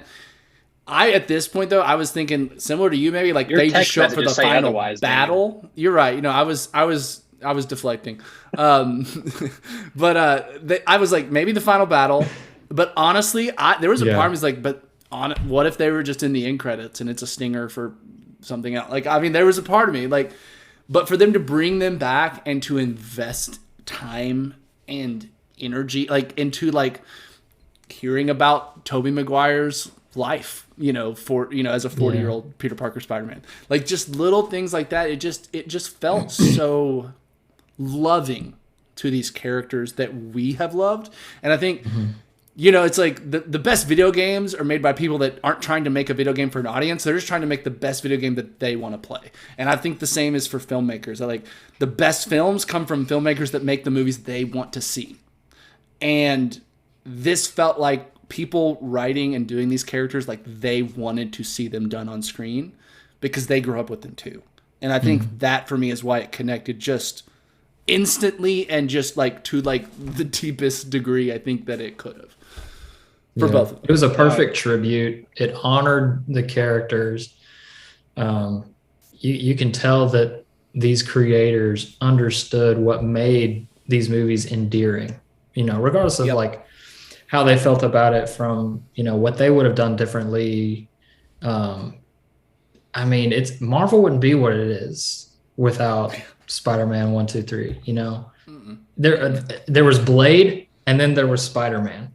That kicked off the blockbuster, superhero Marvel age. timeline. Right. Yeah. The age. Yeah. But it was wonderful. And I mean, anybody who roughly knew what was coming, the second that he's like, we just want to see Peter, that's when I was like, okay, here we go. This is it. But at the same time, I was just like relishing it and just eating up every moment because I was like, it's perfect. Like, it's wonderful. Like, this is the moment that it makes sense, you know. And then for them to play such a pivotal role in Tom Holland's Peter processing and dealing with grief, and them speaking from a place of experience and us understanding that experience, like, it was so nuanced and it was so well executed, and I think exhibited just a very intelligent understanding of the grief process. Yes. And it was perfect, man. It was just like I could see myself in each of these positions and stuff, because, like, I mean, every beat of that conversation on the school rooftop was so well thought out and so well executed. And it was so well driven with the music. Yeah. And it landed perfectly. No, yeah, I mean, the moment Andrew walks through, but the moment Toby walks through and you see them do a Western web sling off and they do a flip of the thing, if you're not, and from that moment, you're not their friend. Yeah. If you can't be a Spider-Man fan if you don't enjoy this movie from the end out, like that, seeing their interactions. Oh man! Or even just Andrew Garfield walking on the wall to get the cobweb. Yeah, her the grandma telling him to clean it. My Nana wants you to clean up the webs. Yeah, she proves you can stick to the wall. What was her name? Then Toby, I love that Andrew's like said her name. He's like, oh, I'm so sorry. Did she call her Abuela? I don't know. Abuela, yeah. And he's like putting the salt and stuff back in the thing. But Toby says, we've been here looking for your friend, and he says, I think he needs me, and then Andrew says he needs us. And they go, and like you said, what an amazing sequence.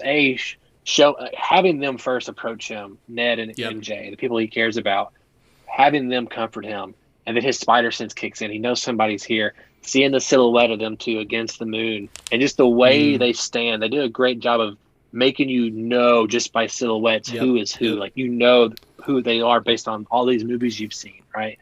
And having them come down. Not only do we get, of course, you don't know how I feel.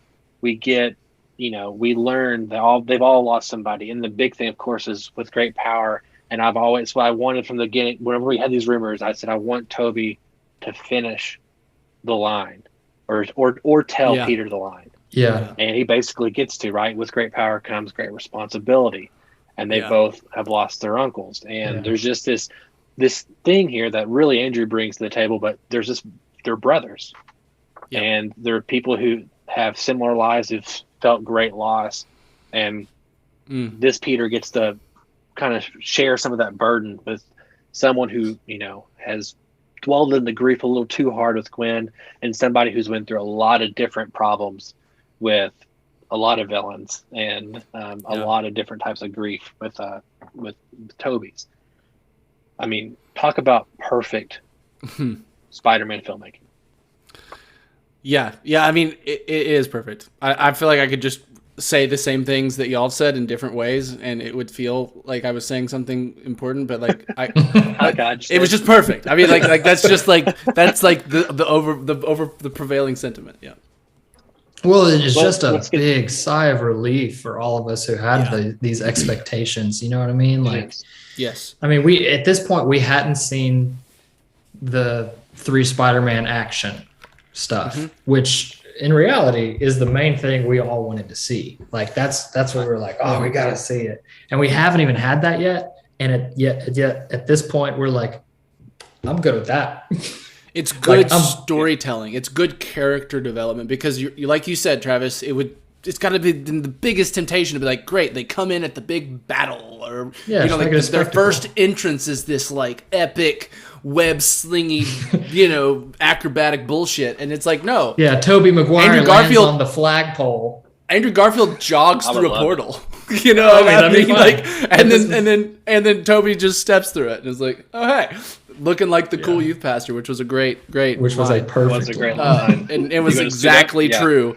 But for them to bring them in at the emotional low point for Tom Holland, just shows an intelligence in writing that like they're able. They sidestepped the like, oh, of course you bring them in at the big pow boom bang moment. And they say no. You bring them in when the character's at their lowest, and you have them form a bond, and then you go do the big bang shebang, whatever. But you know what I mean. And then when we got there, because we had just established, and then I think it's also important we get that kind of like sciencey montage at the high school with them not only making the cures but also having these hilarious moments between each other, or Ned being like, "What happened to your best friend?" Is like, "Oh, he went insane and tried to kill me." And he's like, "Oh fuck," you know what I mean? Like that's all just like, it's just perfect. So that when we get to the big bangs, it's just like.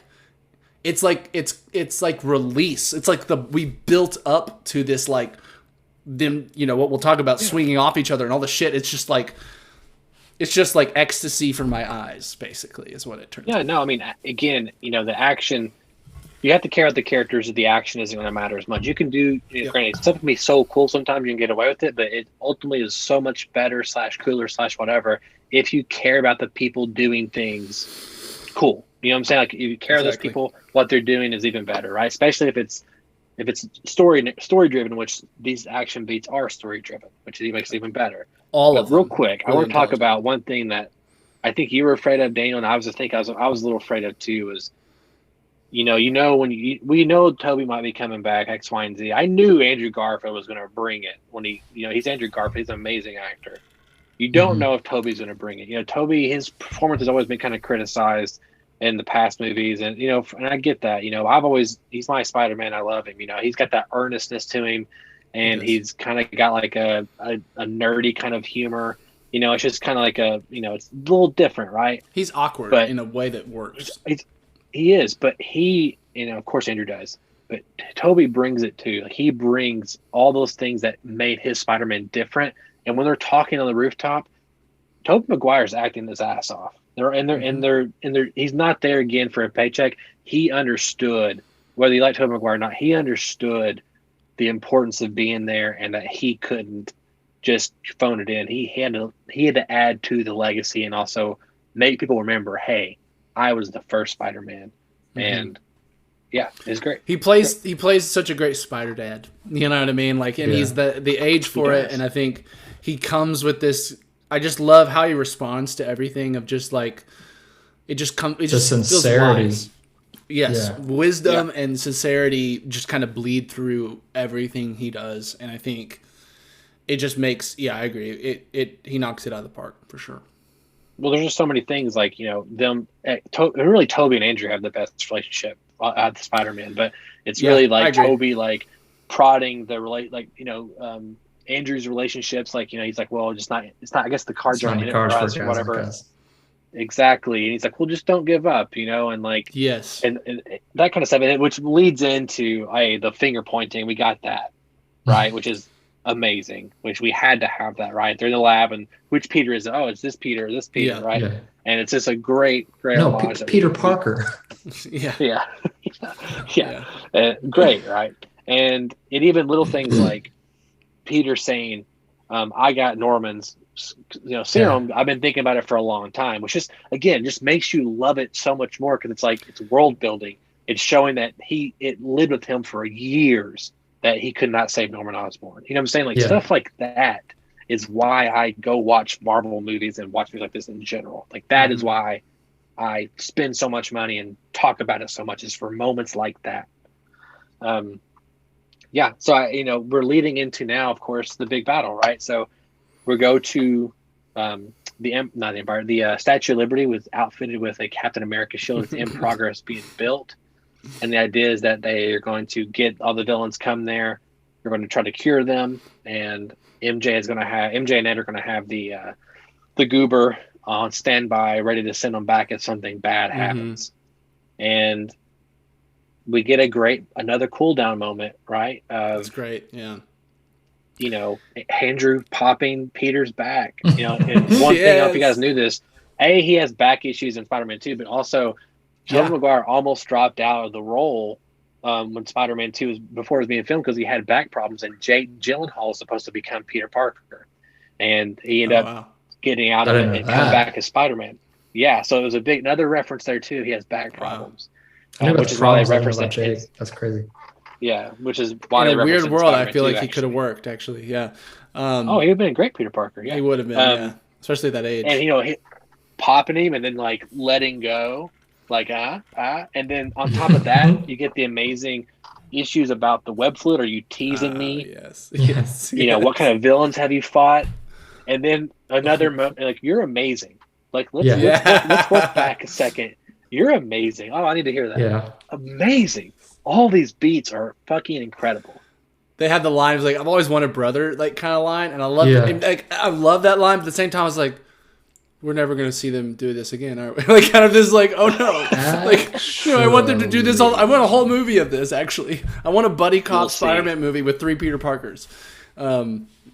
I'd settle for Andrew and Toby. Honestly, they're so good together. I would too. Yeah, they had really good chemistry. The villains come, and of course we get the trailer shot right of all 3 of them going after. Well, before that though, They don't do a good job of communicating. They don't do a good job of X, Y, and Z. And we get what a comedic moment. Peter 1, Peter 2, Peter 3. Yes, it's so good. It's so good. Fucking brilliant. It's brilliant. Yeah, it's just the chemistry is. And we glossed over the moment where he's like, "I love you guys." Yeah, that's at the end of this part right here. But that was an improvised. I mean, we did gloss. Was it? We did gloss over. Yes. It wasn't in the script. That was just Andrew Garfield. Yeah, we did gloss over it. Tom fought aliens. Toby said, "Oh, I fought an alien too." And then Andrew's like, "Oh, I just, I fought a guy in a rhinoceros suit," and like he's so much self-deprecating to himself, and it's like this meta-ness of like everyone kind of received his movies the least, and so it's like they put him in. I kind of felt bad for him a little bit, but also it works 100%. It's amazing, but it also works in the sense that like he's the middle brother, so he's kind of gets like slack from both ends, kind of thing. Yes, the dynamic is great. It works. He was also left in kind of the most dire state that we had last seen him. His life had been like torn apart and crushed and such, and so I think it kind of made sense. He kind of has this kind of nervous, slightly insecure energy about him of like, oh my God, I'm around people that I love and love me, and I haven't felt this in a long time, and I want to hold on to this. And I like that a lot. I think it worked. Well, there's great. Even like the moment in the lab where he's like, I've already cured Connor, so I can do it again. And they're kind of like, are they like, are you trying to show off? Like, okay. Yeah. And he's like, no, it's no big deal. Like, And they're like, okay. Like it's just this interesting energy there. But of course they do the team huddle. Tom Holland's been in the Avengers. What's the Avengers, a band? You're in a band. Yeah, and, so good. Are you in a band? Yeah. Yeah. And then, of course, Toby does the classic yell, like, this ain't helping us. And, and then we get the amazing, I keep saying amazing a lot, but you have to, right? All 3 of them running out, camera behind them, and they literally web off each other. And I think I hear... it's it does. One of them does the woohoo like the, and I think they all do. Oh, they do. Yeah, Toby does his. And then like when they, and you can hear them when they swing onto like they land on some platform that's like all 3 of them right there. They all land in very distinct poses that are like Toby's in this like all like he's like. And that's very much like how you saw him a bunch in his movies. And then, Andrew's got a more like lanky style to it. And like, you see them as individuals and you recognize like, oh my God, that's because of how he did his movie. And that's how he did his movie. And like, it's like you're constantly recognizing, oh my God, they're referencing that. Oh my God, they're referencing that. And it's all coming together as perfect. It's just like, it's honestly like reference overload, or like they're constantly paying homage to everything in such a loving way that it's like I feel like this is going to be one of those ones that you could like dissect and find another layer of homages and references. And you know what I mean? Like it's going to have like the Easter egg list. This movie is maybe one of the largest in a lot of MCU movies. Yeah. No, for sure. I mean, and let's talk about these character interactions, right? So we have Sandman, Lizard, and Electro there additionally, right? That's where we get the big the comic spread, right, of all 3 jumping against the other 3. We get Doc Ock showing back up for a brief second because Electro is by far, especially for Spider-Man 2, he's like the most powerful guy. And you're always kind of wondering how they're going to take him out, kind of thing. And of course, it's great because they bring Doc Ock back, and he ends up kind of fooling him for a second to get the arc reactor off his chest.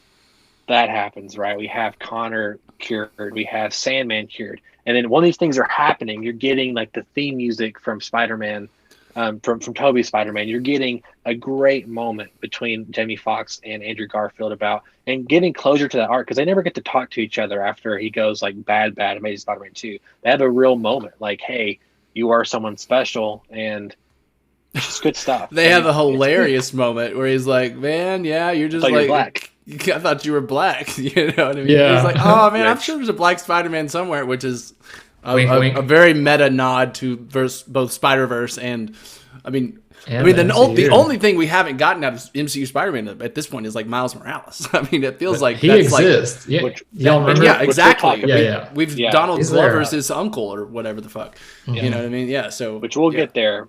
I promise you that. We'll talk about that in a second. Absolutely, we will. Absolutely, we will. Yeah, 100%. If not the next solo Spider-Man movie, I think we'll get Miles before Tom Holland is out. Tom Holland will be Miles' like mentor. He will like shepherd him into the role. Especially since we know that they're let's say that for die let's say that in the for a movie minute, at some point, probably. Yeah. Okay. We'll hope that don't happen. But let's talk about that. Okay. So we cure a lot of the villains, right? We get these great moments, and let's talk about just another amazing moment, which was, Dr. Octavius, and he's like, you've grown up, and he's like, how are you? He's like, I'm trying to do better.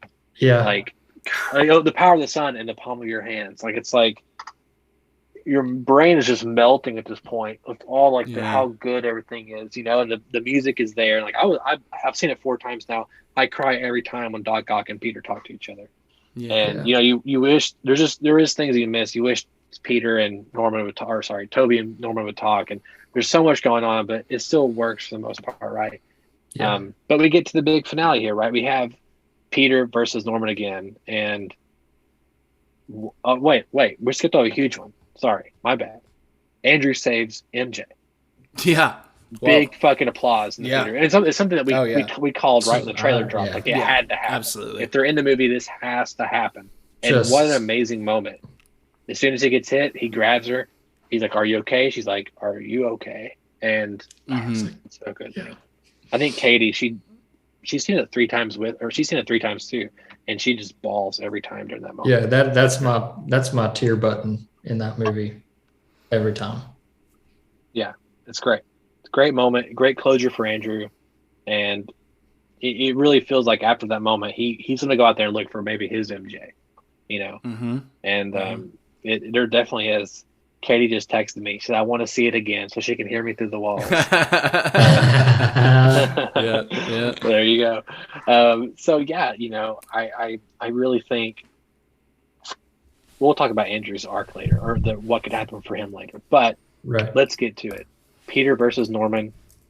We have an amazing thing of Peter finally gets confronted. Oh, I'm sorry, guys. There's so much to talk about here. It's just, we're bouncing everywhere. Doctor Strange comes back, and he's presented with, okay, Peter's actually trying to save these villains, and the universe is fixing to collide on itself, and great vision. Really just honestly, visually, like just seeing like the sky rip apart, and like this is like another one. That hadn't happened yet. That happens when Goblin shows up. Sorry, or is that where we are at this point? Yeah, Goblin shows up, right? He blows the spell, right? Yeah, I don't want to skip over the part where Ned and MJ are like, no. Peter's plan is working. He's like, what plan? Right. And he's like, I'll be down. Like, and he is. You can tell that he is impressed. He's moved at this kid who accomplished this. Yeah, I agree. It is good. I like it. And he has that moment where he's like, did you just open a portal to Ned? Yeah. And he's like, yes. And he's like, yeah. That's another thing we kind of gloss over just a little bit, but it's so cool. I mean, Ned, his family heritage comes from the East, like could totally make sense that they have links to Comertage or like some magical, tribe over there. It's interesting. In the comics, Ned does become the Hobgoblin. I know that. I did not know Ned was in the comics. Yeah. So, and there's definitely the moment in the lab, right, where I'll never. Yeah, I promise not to become an evil villain and try to kill you. Well, it's definitely you're kind of like. Which I didn't realize that was directly alluding that he would. Okay. I know that's where. Okay. Anybody who knew that, it was like, oh, I hope not. Yeah. Yeah, and maybe he won't, but definitely now that you're adding in that he has the potential to have sorcery powers, you never know what could happen with now going forward. Yeah. And he could be corrupted. He could, just like Norman was. You know, just never know what's going to happen. It would be interesting now if he became the Hobgoblin completely independent of Peter Parker being in his life. Completely not knowing. Basically, if at some point he comes across the Hobgoblin, then it takes the mask off. It's Ned, but Ned has no memory of him still, kind of thing. That'd be interesting. There's just so many directions they could go. Oh my gosh. Yeah. It's crazy. But that could be a whole podcast of itself. It could. That's true. It's true. Well, let's wrap this part of the podcast up real quick, and we'll kind of get into some speculation stuff. But Peter versus Norman, we get a great. I mean, I really love it when Toby catches the glider, and there's just this look. He doesn't need to say a word. There's a look saying, "Hey," there's a line that kind of gets repeated, like it's just what we do, right? This is what we do, and we do take the holy moral mission to heart, and we try to save everybody, and we do the best we can, and it's no more present than that moment. And of course, there was a big fake out there when Toby gets stabbed by the glider, and I literally said the first time we watched it, I said kind of too loud. I said, "Don't you fucking do it!" Like I was like, mad. Don't you? And I was like, "If you kill Toby, I'll fucking yeah." I was really upset. And then of course, it was a fake out. Which I was kind of like, "They probably I've been shouldn't have stabbed done before." And it was a great, that was a great you line. okay? Oh yeah, man, I've been stabbed lots of times. Yeah, it's just like, of course you have. You're fucking Spider-Man, Yeah. Right. And there we have it. So Peter goes to Doctor Strange and essentially tells him, "Hey, do the original spell. And what will work is make everybody forget that Peter Parker exists, and basically erases him from existence. So theoretically, Aunt May never would have existed. No one knows he exists. His relationships are gone. I mean, it's very much a conundrum, right? So Doctor Strange reluctantly agrees, or at least not reluctantly, but he sees the weight of what Peter's doing, and he agrees because he knows he's right. There is that kind of one moment where he's like, "No, Peter, you can't do that while I'm holding the universe from literally splitting apart, and there's literally no other way to fix this." This is like, I mean, yeah, but it feels but it feels real though. It feels like he's also trying to be a hero and try to save Peter. But that's from a place of compassion when he's objecting to Peter, because at this point, like he, especially seeing Peter's plan play out and just reinforcing the character of this kid, he doesn't want to see him have to suffer the consequences of this solution. Yep. So he's like still sitting there just trying to anything else, Mm-hmm. Yeah, and we get the great moment between saying goodbye to the other two Spider-Men. This is a connection that they share across different dimensions. He says goodbye to his best friend Ned, who's been with him the whole series. He says goodbye to MJ. It was a really good scene, that goodbye scene. My favorite part. I mean, there's a great moment between him and MJ, but my favorite part is the part with Ned, where he's like, "I mean, you promised, so it'll be fine." Like, there's this kind of like, "You're my best friend. We always back each other up. Yes, this sounds kind of scary, but I'm not worried. You got me," kind of thing. That just feels super genuine and real for like their relationship. I liked it a lot. Yeah. And we get, like you said earlier, Travis, the moment between MJ and Peter, it feels grandiose. It feels epic. It feels operatic. It feels like it feels like a soap opera, but it's earned. Like the music, the cinematography, everything is earned because it's not just the relationship between him and her. It's really everything we've been through with the Spider-Man, and what does that mean? And that we'll get to the second, but after that, that's a powerful moment. And if you don't cry during that or get teary-eyed, then where's your soul at?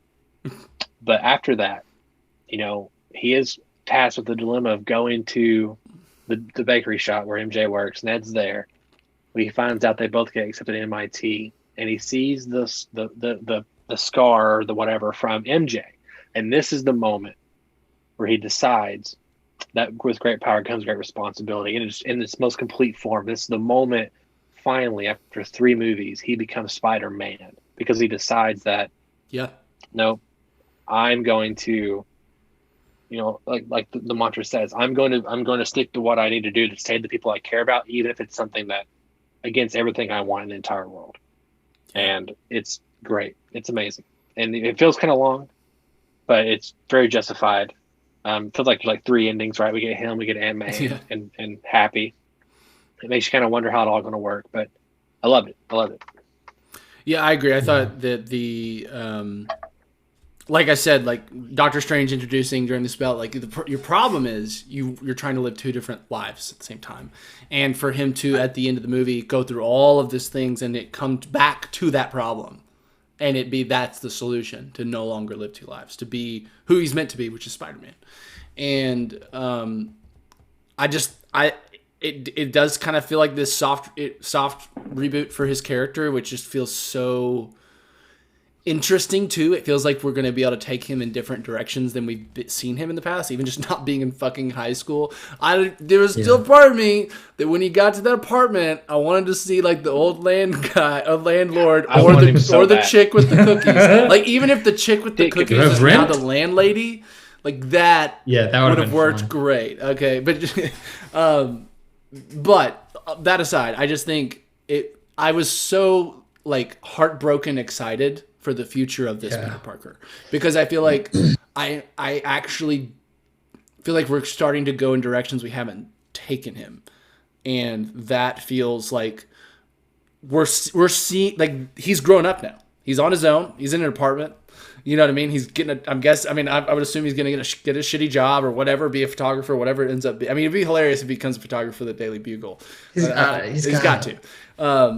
He's got to. Also, I love that they turned the Daily Bugle into like this like at-home alternative news site that turns legitimate once they get the one big scoop. It's just it's such a great just small nod to our reality that doesn't get too muddy, but feels like a modern take in a good way. Well, it's an interesting motivator for the MCU's J. Jonah Jameson, because in the previous iteration, in Sam Raimi stories, he's just so fired up. We don't really know why he's mad at Spider-Man or thinks that he's a bad guy, other than he's trying to sell newspapers, and just be provocative, because most people don't think that, and he's just trying. But it's like Spider-Man's his meal ticket. Like that's what earned him his success, is him scooping and really trying to show that this Spider guy, he's the Spider-Man guy. Yeah. So it makes a lot of sense, and it's really interesting. It does. I agree. So even though he doesn't know his identity, he's still obsessed with Spider-Man. Yeah, and it makes get me pictures of Spider-Man. It's tied to his livelihood, so he kind of feels the need to stay obsessed with it. But I thought the ending was just. I'm so excited for the future, and I have no idea what it's going to look like, but it feels like it's going to look a lot different than what we've had, and I think that's one of the most exciting parts about it. It's going to be so grounded, dude. It takes him back to a different, the OG Spider-Man status quo, right? So there's a world where you see like, okay, almost like if this didn't work, then if Marvel and Sony departed ways, like it would have made sense narratively. Like the universe would have forgot Peter. Like Spider-Man could theoretically just stop being a superhero, and they wouldn't have to talk about it ever again if they really didn't want to. And then for the Sony aspect of it, he could still be Spider-Man and fight Venom and Morbius or whatever, and not interact with the MCU. Right? They really could have went that route, and they won't. But seeing him make his own suit, like it's like all the things that people complained about, like Tony makes a suit, X, Y, and Z. Like, no, Peter makes a suit now, and he's looks like inspiration from his other 2 Spider-Man. It looks straight from the 90s cartoon. It looks straight from the. I mean, I will say, slight criticism, a little glossy. I might have dialed back the gloss just a tad, just like a little less gloss. Here's why you make it glossy, Daniel. Okay. There's an after credits scene And if you watch Venom Let There Be Carnage, which I know you didn't, Daniel, in the movie, Venom / Eddie Brock, is I know you are. You got a badge and everything. He gets transported to the dimension, right? And there was always speculation like, is Venom going in this movie X, Y, and Z? It turns out he was at the fucking bar the entire time, learning about the MCU, which I'm actually a big fan of because, I'm a big fan of because it means that, even though Venom was my favorite character of all time, like I'm just not a big fan of this particular take. The more and more I get to see this iteration of him. And so it looks like Kevin Feige was like, you can bring him in, but you have to leave the symbiote and then take him back to the other universe. So good! Bro. And which I'm like, all right, so Kevin, you just got, like, I love it. Hey, and then also, Daniel, to answer your point, when he gets the black suit now, it's going to greatly contrast the really bright, shiny one he's wearing at the moment. Sure, but they could have just, I'm just talking like 10% less. Well, we didn't really get a great look at it, to be fair. Like because it was so shiny, it was glaring in your eyes. Well, he's flying, he's swinging through Rockefeller Plaza with all the lights and stuff. So the only way we get to see it, is the reflection and the outline of him. So they may have graded it a little bit generously so that we can tell what it looks like. It's not a real complaint, but it does look glossy. There's actually a comic suit from a storyline called Big Time, or not Big Time. Sorry, Dan Slott recently in the last 6 years did a story, and his suit looks kind of glossy like that. So it kind of looks like that a little bit. But yes, it looks like we're going to get the symbiote in the next movies, and I think you're right. He'll get the symbiote. I think Miles Morales will also appear maybe in the next movie. He'll be introduced. End up being a mentor. Yeah, he'll be a mentor. Dude. And I think also another big thing is Secret Wars is around the corner, boys. We've been talking about the multiverse for a while. It's shocking to me that we haven't had more Skrulls showing up and stuff yet. Like, we're so close to Secret Wars, and I'm expecting a lot more this year leading up to it, but that's a whole other thing. I wanted to say Secret Invasion. At the end of, sorry, go ahead. Secret Invasion. I was going to say, Secret Invasion, we're going to get plenty of Skrulls to kind of answer your problem there, but go on, Travis. So, obviously, the way we conclude this movie and the direction for the future, to me, is absolutely perfect. We get to see Spider-Man, and the timing of it with the maturity of Tom Holland as an actor is incredible. And just everything we've got to experience with his growth as a person and his character and the rapport that we have going into this, the upcoming trilogy is going to be truly spectacular.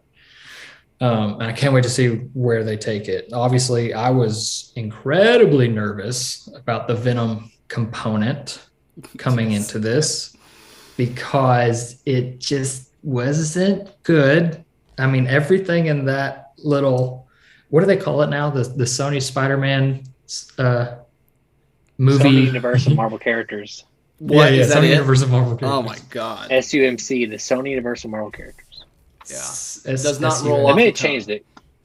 I think they changed. That was the original one though. Oh.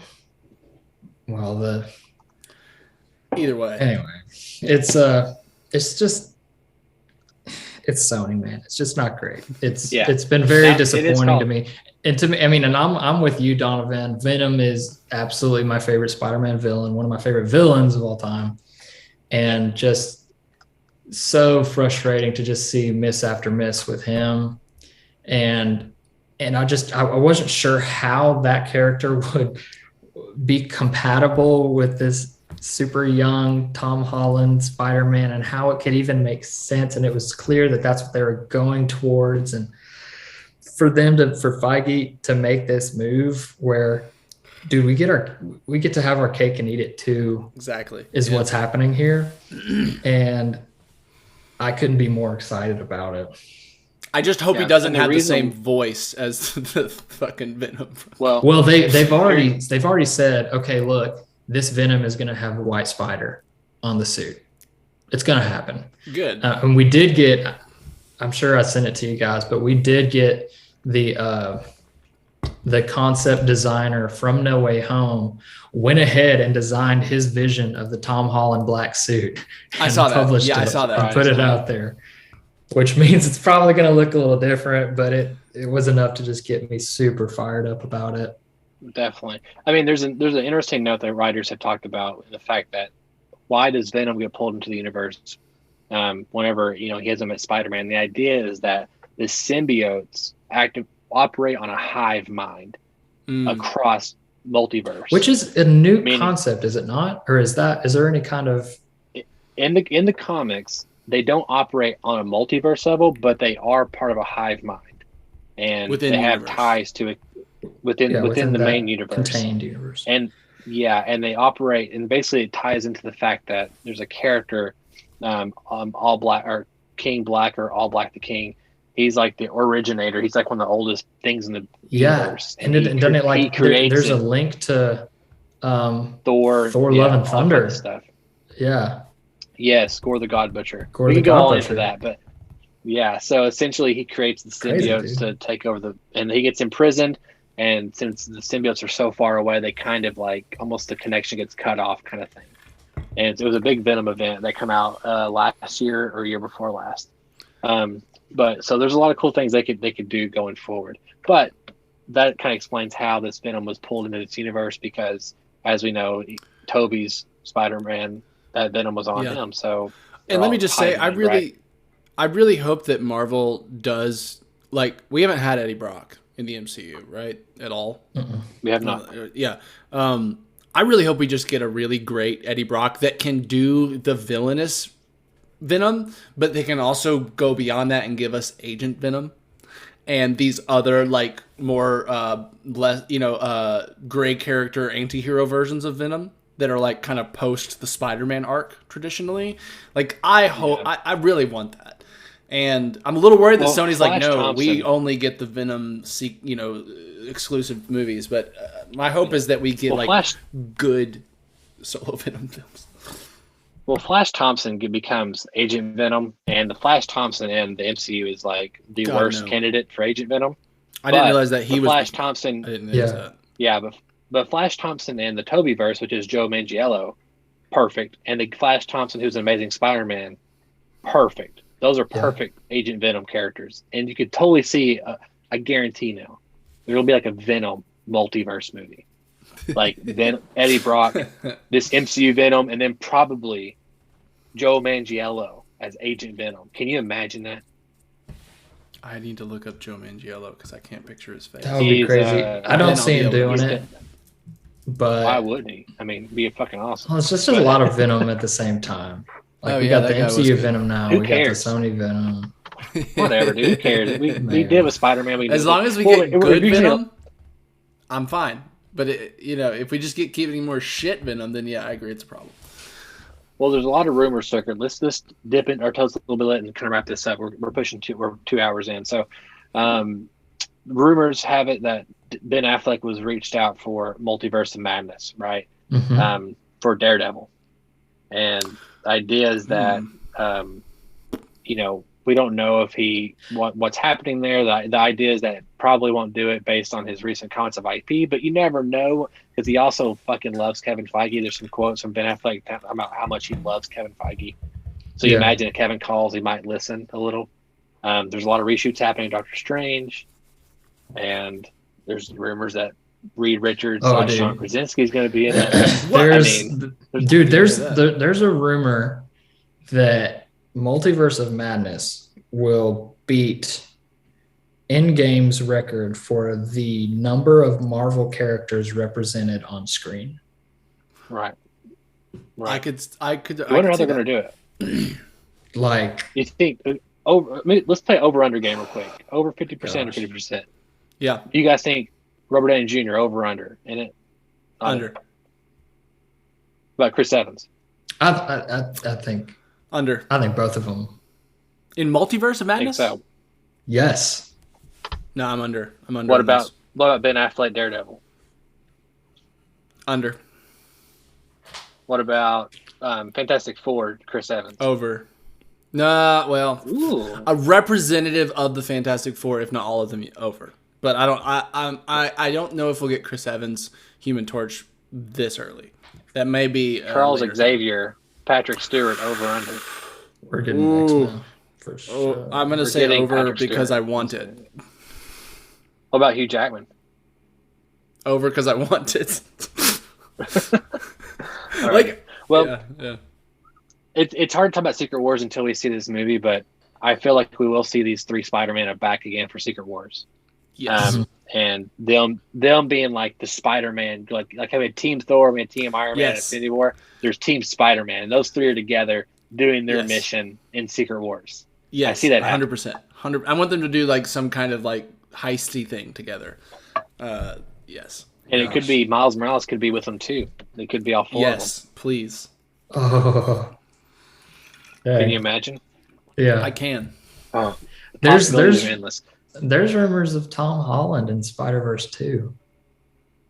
There is part That 1 and makes part 2. that makes complete sense. I would almost be surprised if they don't do it. To be honest. Well, there was. I would just be more conversation interested in how they do that. True. Like, is it True. animated with Tom? Yeah, I would Holland? assume. Oh no, I would 100% assume it's animated. Tom Holland. Yeah, but they've said this is going to be the most zany like animation. wait. Like every single world is going to have a different animation style. Can't wait, dude. That's probably I did see that. That's crazy. It and the Batman are like, well, I mean, I don't know, man. Doctor Strange, Thor, Batman. It's a they're big like, year. All of them are just like Freaking huge stacking, year. you know. Let's real quick, guys. And I don't want to go too far into this, but I want to hear your 2021 MCU rankings. And I just want to get a list. We don't have to get too deep into this. I just want like 2 minutes on each person here. But give me your list. What you guys taking from top to bottom? Travis, go ahead. Top Spider-Man. Already said it. Number 2, I've got WandaVision. Looking back, it's one of the ones that I'm just going to remember for the rest of my life from a conceptual standpoint. Like there's just been nothing like it before it or since it, and it just was 100%. a rush to watch while it was on. 100%. Breaking down every episode, just unbelievable. Next, I have Loki, just because of its MCU and multiversal implications and everything that it's causing. And of course, Tom Hiddleston crushed it. It was just a really great show. The next 3 or 4 are a little tricky and possibly interchangeable. Next, I have Shang-Chi. Best. Are you laughing because it's identical to your list? Yeah, so far, yeah. Okay. So Shang-Chi, best fights of any MCU movie, and they just took it to another level, and it was just really good. After that, I have Eternals.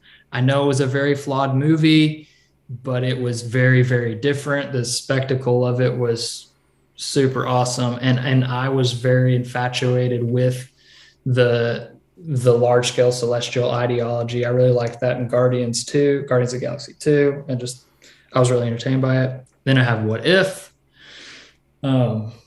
Just what the stories they were able to tell were really, really cool. That Doctor Strange episode is one of the best like Marvel storytelling episodes or movies we've seen in a long time. Just very, very good. And then Hawkeye. Really enjoyed Hawkeye. Not a whole lot to say there. Then I have Black Widow, and then I have Falcon, Winter Soldier. Ooh, At the bottom. really? At Do you the like Black Widow more than Falcon? I do. Interesting. Interesting. That is interesting. Daniel, give me your list. Yeah, well, so the first 4 look identical. Spider-Man's number 1. WandaVision, I agree. There's been nothing that's captivated even the world. Like, as far as Disney Marvel shows, there's been nothing as hyped as much, created as much zeitgeist around what happens next and the cliffhangers and the speculation. Did they lead us on? Yes. And if they hadn't done that, it would be even better. But it was still an amazing experience, and it's just kind of breaks my brain that was last year. Like that was like within a year from now we were watching that. That doesn't make sense to me. Time doesn't make sense anymore. Third one is Loki for me. I agree. I just thought visually, I really loved the aesthetic. I loved Owen Wilson and Tom Hiddleston's chemistry. I loved female Loki, I'm blanking on her name, Sylvie. Loved it all. For Shang-Chi, I agree. It's just honestly at one level, it's just a really good kind of a little bit paint by numbers origin film. But it does enough with I agree, the action sequences, and honestly, even just the way they did the family dynamic with the father and how they used, like, it was they did the villain different. It wasn't the standard, like, the opposite man of whatever the superhero is fighting him or whatever, I like being bad. Exactly. 5, I actually have Falcon, Winter Soldier. I really liked, if anything, I liked some of the ideas they played with, and even just some of the socio-political things they were doing. It didn't stick the landing for me. That's still something that I'm a little bit, I don't agree with as some of the criticism. I just feel like it had a bit of a weak ending, and probably COVID helped that. But overall, still enjoyed it. Under that for me is Hawkeye. I agree. I mean, like I said, Hawkeye's been the most consistent MCU show we've had, but doesn't make it nearly the best, because it's like a compressed audio file. The highs aren't very high, the lows aren't very low. It's kind of sitting right there, That's a good analogy. Awesome. It is. After that's What If, only because not every What If you took individual episodes or even like the final 2 episodes, like it's really great. It's just there was enough in there that I just didn't care, or it just felt like slightly just generic storytelling, or just not that, I don't know. There was just enough in there that made me not care week to week that I couldn't put it very up high. After that's Eternals. It did a lot of new things. I agree, Travis. The Celestials were cool, but a lot of just the character arcs and the motivations and just the logic just really fell flat for me. And then finally is Black Widow. And I hate that because... Really? Yeah, I mean, it's not a bad movie, but at the same time, it did not intrigue me. It didn't really surprise me. It didn't make me excited for anything new. It kind of just... It was a decade too late. Exactly. It filled in a gap that no one asked to be filled in, and it really felt like that contractual obligation movie that they had promised Scarlett. And I felt bad for her, because I feel like what she brought to the Black Widow character deserved better than what essentially came down to a consolation movie. But yeah, that's my list. Wow, I expected Eternals to be at your bottom, based on our talks and just the podcast. The only reason I put it over Black Widow is it does things that are different and new. Black Widow felt like... It has Blade in it. That, I mean, honestly, that's a big fucking deal. But the fact that Black Widow just felt like they brought nothing new to the table, not in terms of what the characters went through. It doesn't feel... there was nothing surprising me at all. At least Eternals had things I hadn't seen before in the MCU and promised really cool things in the future. I agree. Yeah, my list real quick. Spider-Man number 1, easy. I mean, it was shoehorned in the day it was announced it was coming out. Shang-Chi is my number 2. I really love this movie. It was my dad. My dad had 2 comics growing up, Spider-Man and Shang-Chi. So I was already prepped as a young age. My favorite comic I ever owned is Spider-Man teams up with Shang-Chi. It's my dad's comic book. And so huge ties with that one. But coming number 3 was WandaVision. I think it was it was a year ago, and I at one point I thought it was a little lower, but I was like, you know what?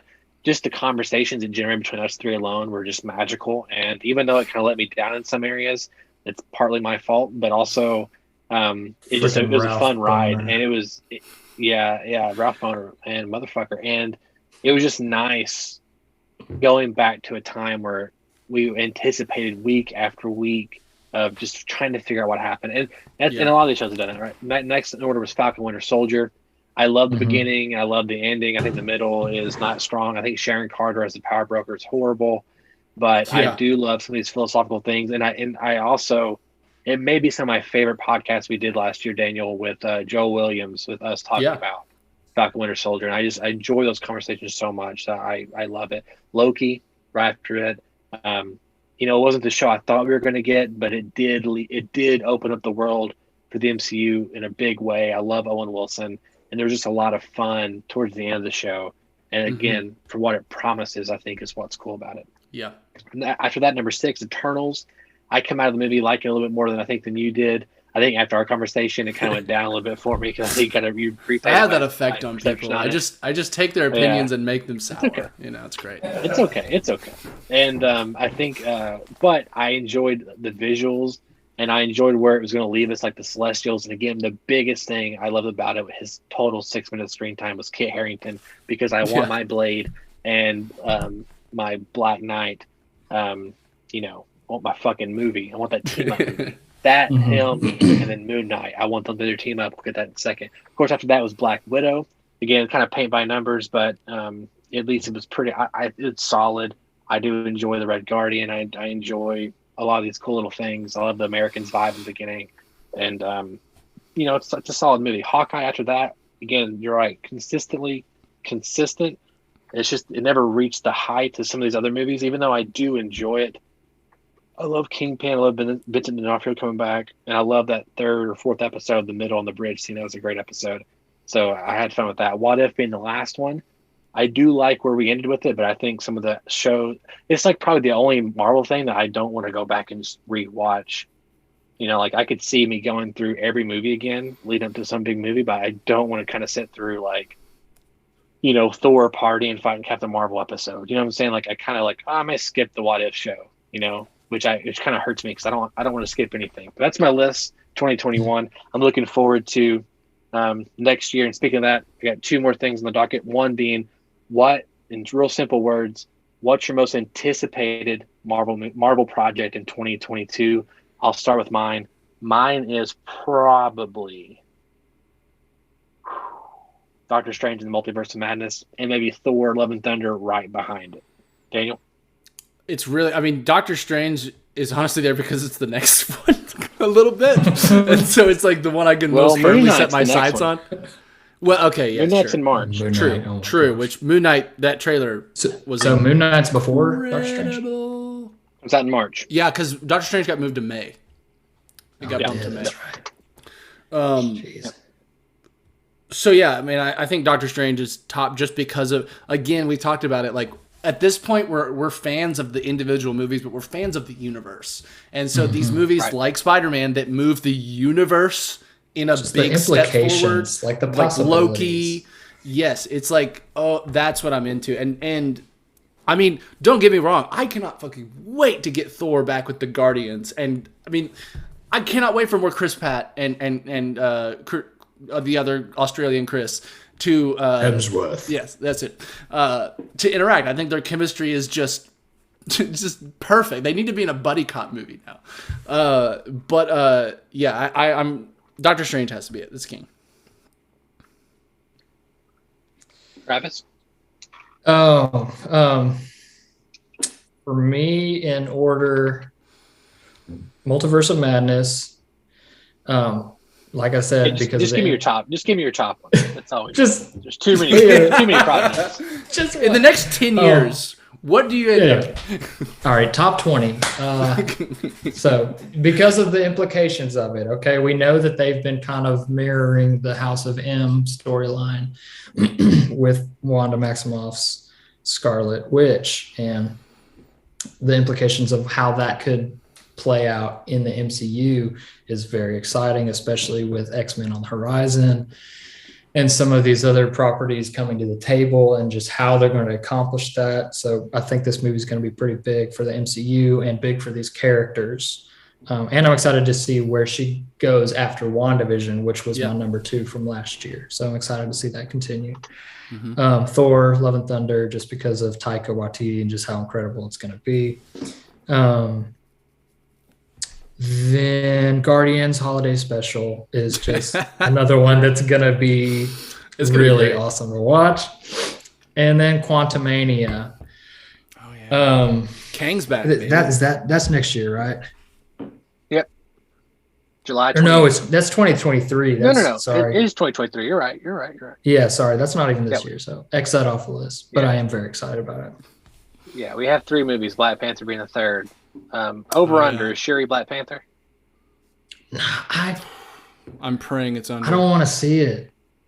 Like, I don't want to see her be Black Panther. Me neither. Yeah. Fuck that. I saw some rumor that there's a bunch of which I don't think it makes sense. Is Chadwick Boseman she's the guy in the chair. There was yeah, that has dumb lines.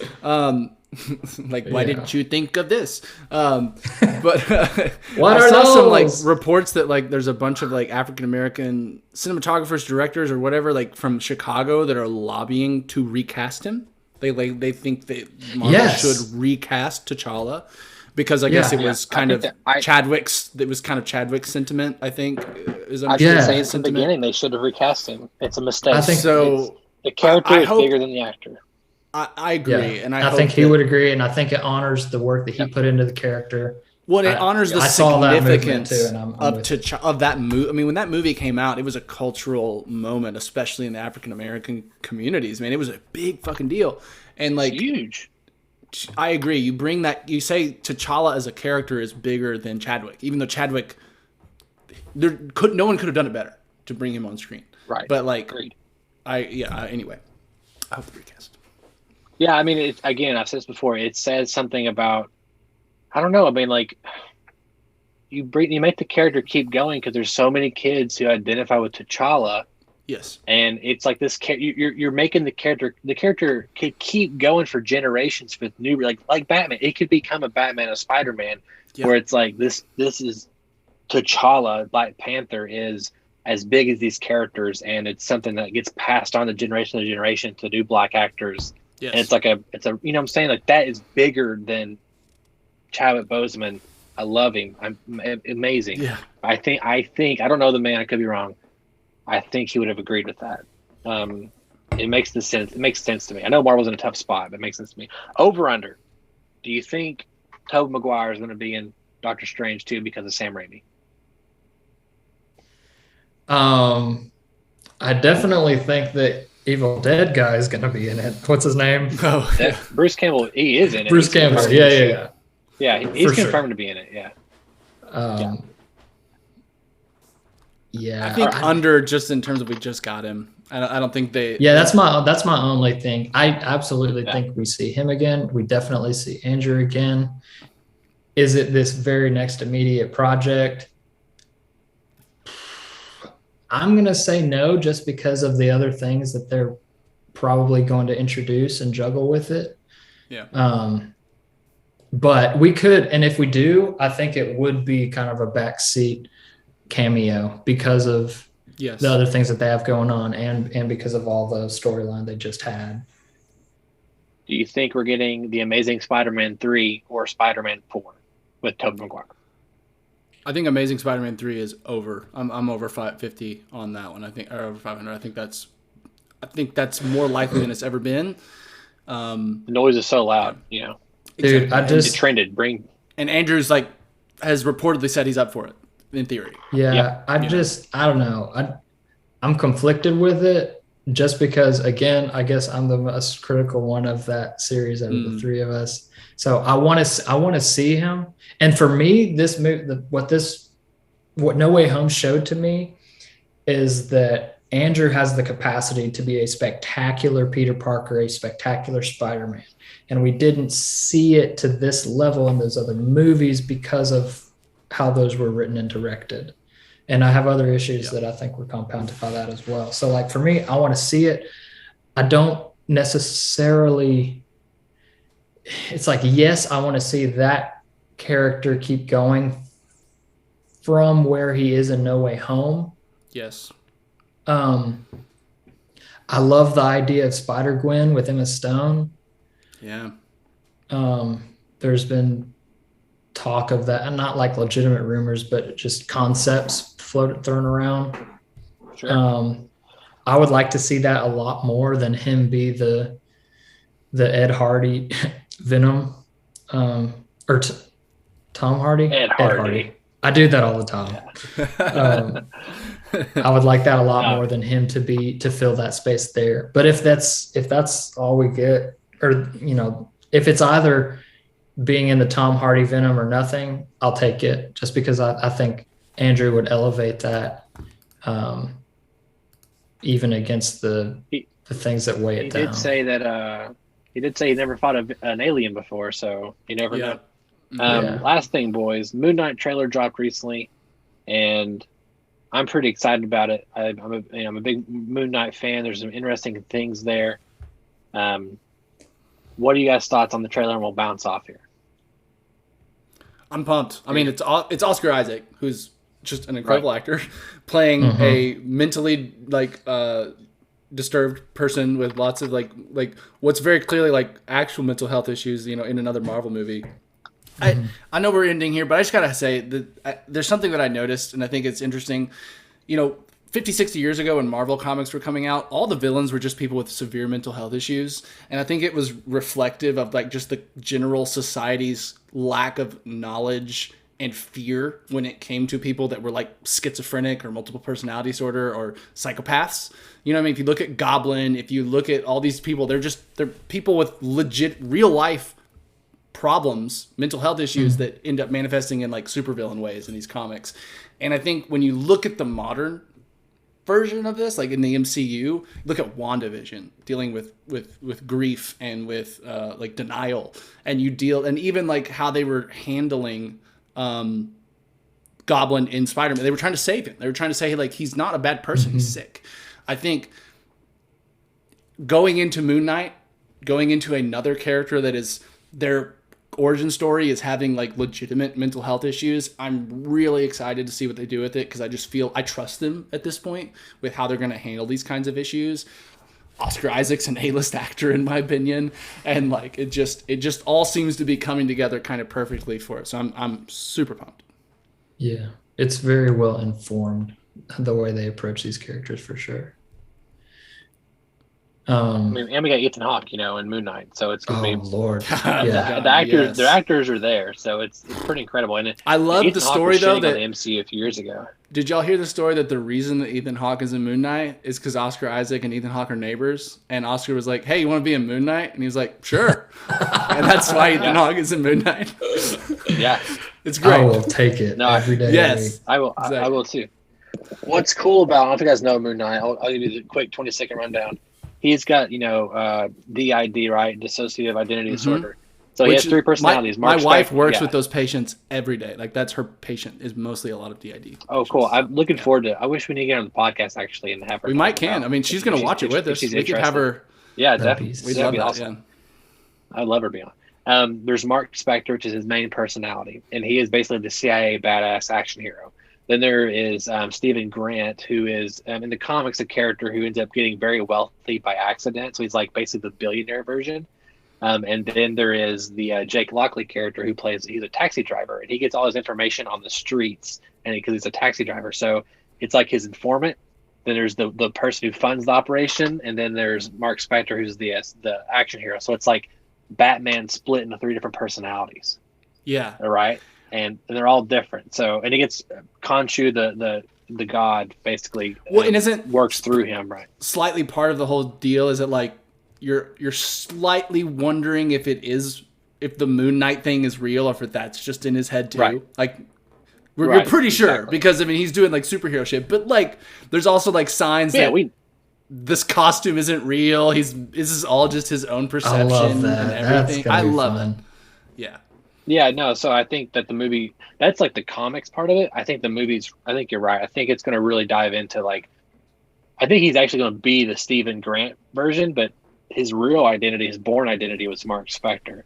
So he's probably the Stephen Grant character having flashbacks of his Mark Spector memories in life and trying to figure out what the fuck's going on. Yeah. And I think it's going to be a really fun, wild ride. And what's cool is it's a Disney Plus show, but it's like finally an origin story on Disney Plus.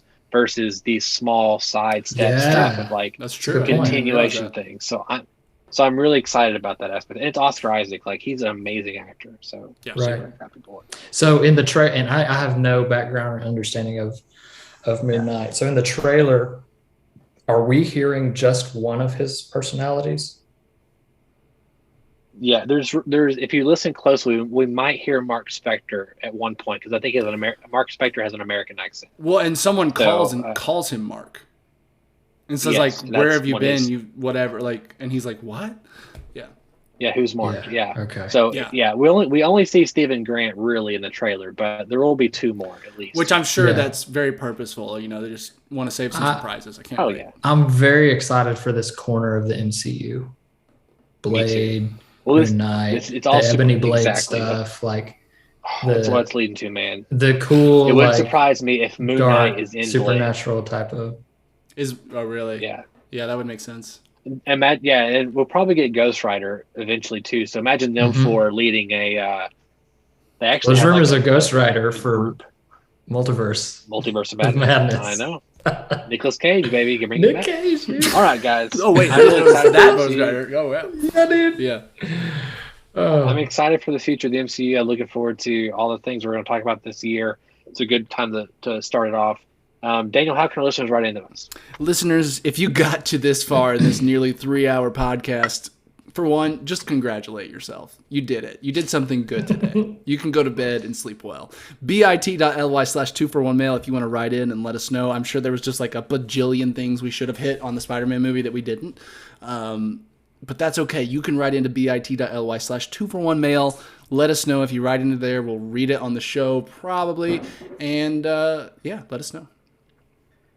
And if you can't reach us at our Bitly, of course, you can always comment in the comment section below, assuming you're on YouTube, youtube.com/241studios. And if you want more 241 Studios, go to 241studios.com. And of course, if you're listening on a podcast like Google Podcasts or Apple Podcasts or Spotify, go ahead and give us a rating or a comment. It really helps us out, and we really appreciate it. You've got nothing better to do. Come on. That's red. Yeah, dude. What's up? Travis, thank you so much for being on the show. We really appreciate it. I'm glad you had to come on. We've been talking about Spider-Man for fucking ever now. Yes. And I look forward to hopefully having you on for the Book of Boba Fett in the coming weeks. Oh, yeah. How many episodes are there of that? Is it 6 or 8? 7, There's going to be 7 total. So we're over the halfway point technically. So, dude, I'm kind of excited to just binge through them pretty soon. That's going to be the best way to watch it. I can tell you. I mean, you may want to catch up at this point because it's. I heard there's the big. I don't want to go down. I would love to do the first 4 episodes very soon, like a week or so, and then do the last 3 in like a series wrap up. Yeah, because I'm sure there's going to be a ton to talk about in the back half. Cool. Cool. Exactly. So, anyway, guys, again, thank you, Travis. Really appreciate it. My name is Donovan Thompson. I'm Daniel Wingfield. I'm Travis Mosler. And we have spoken.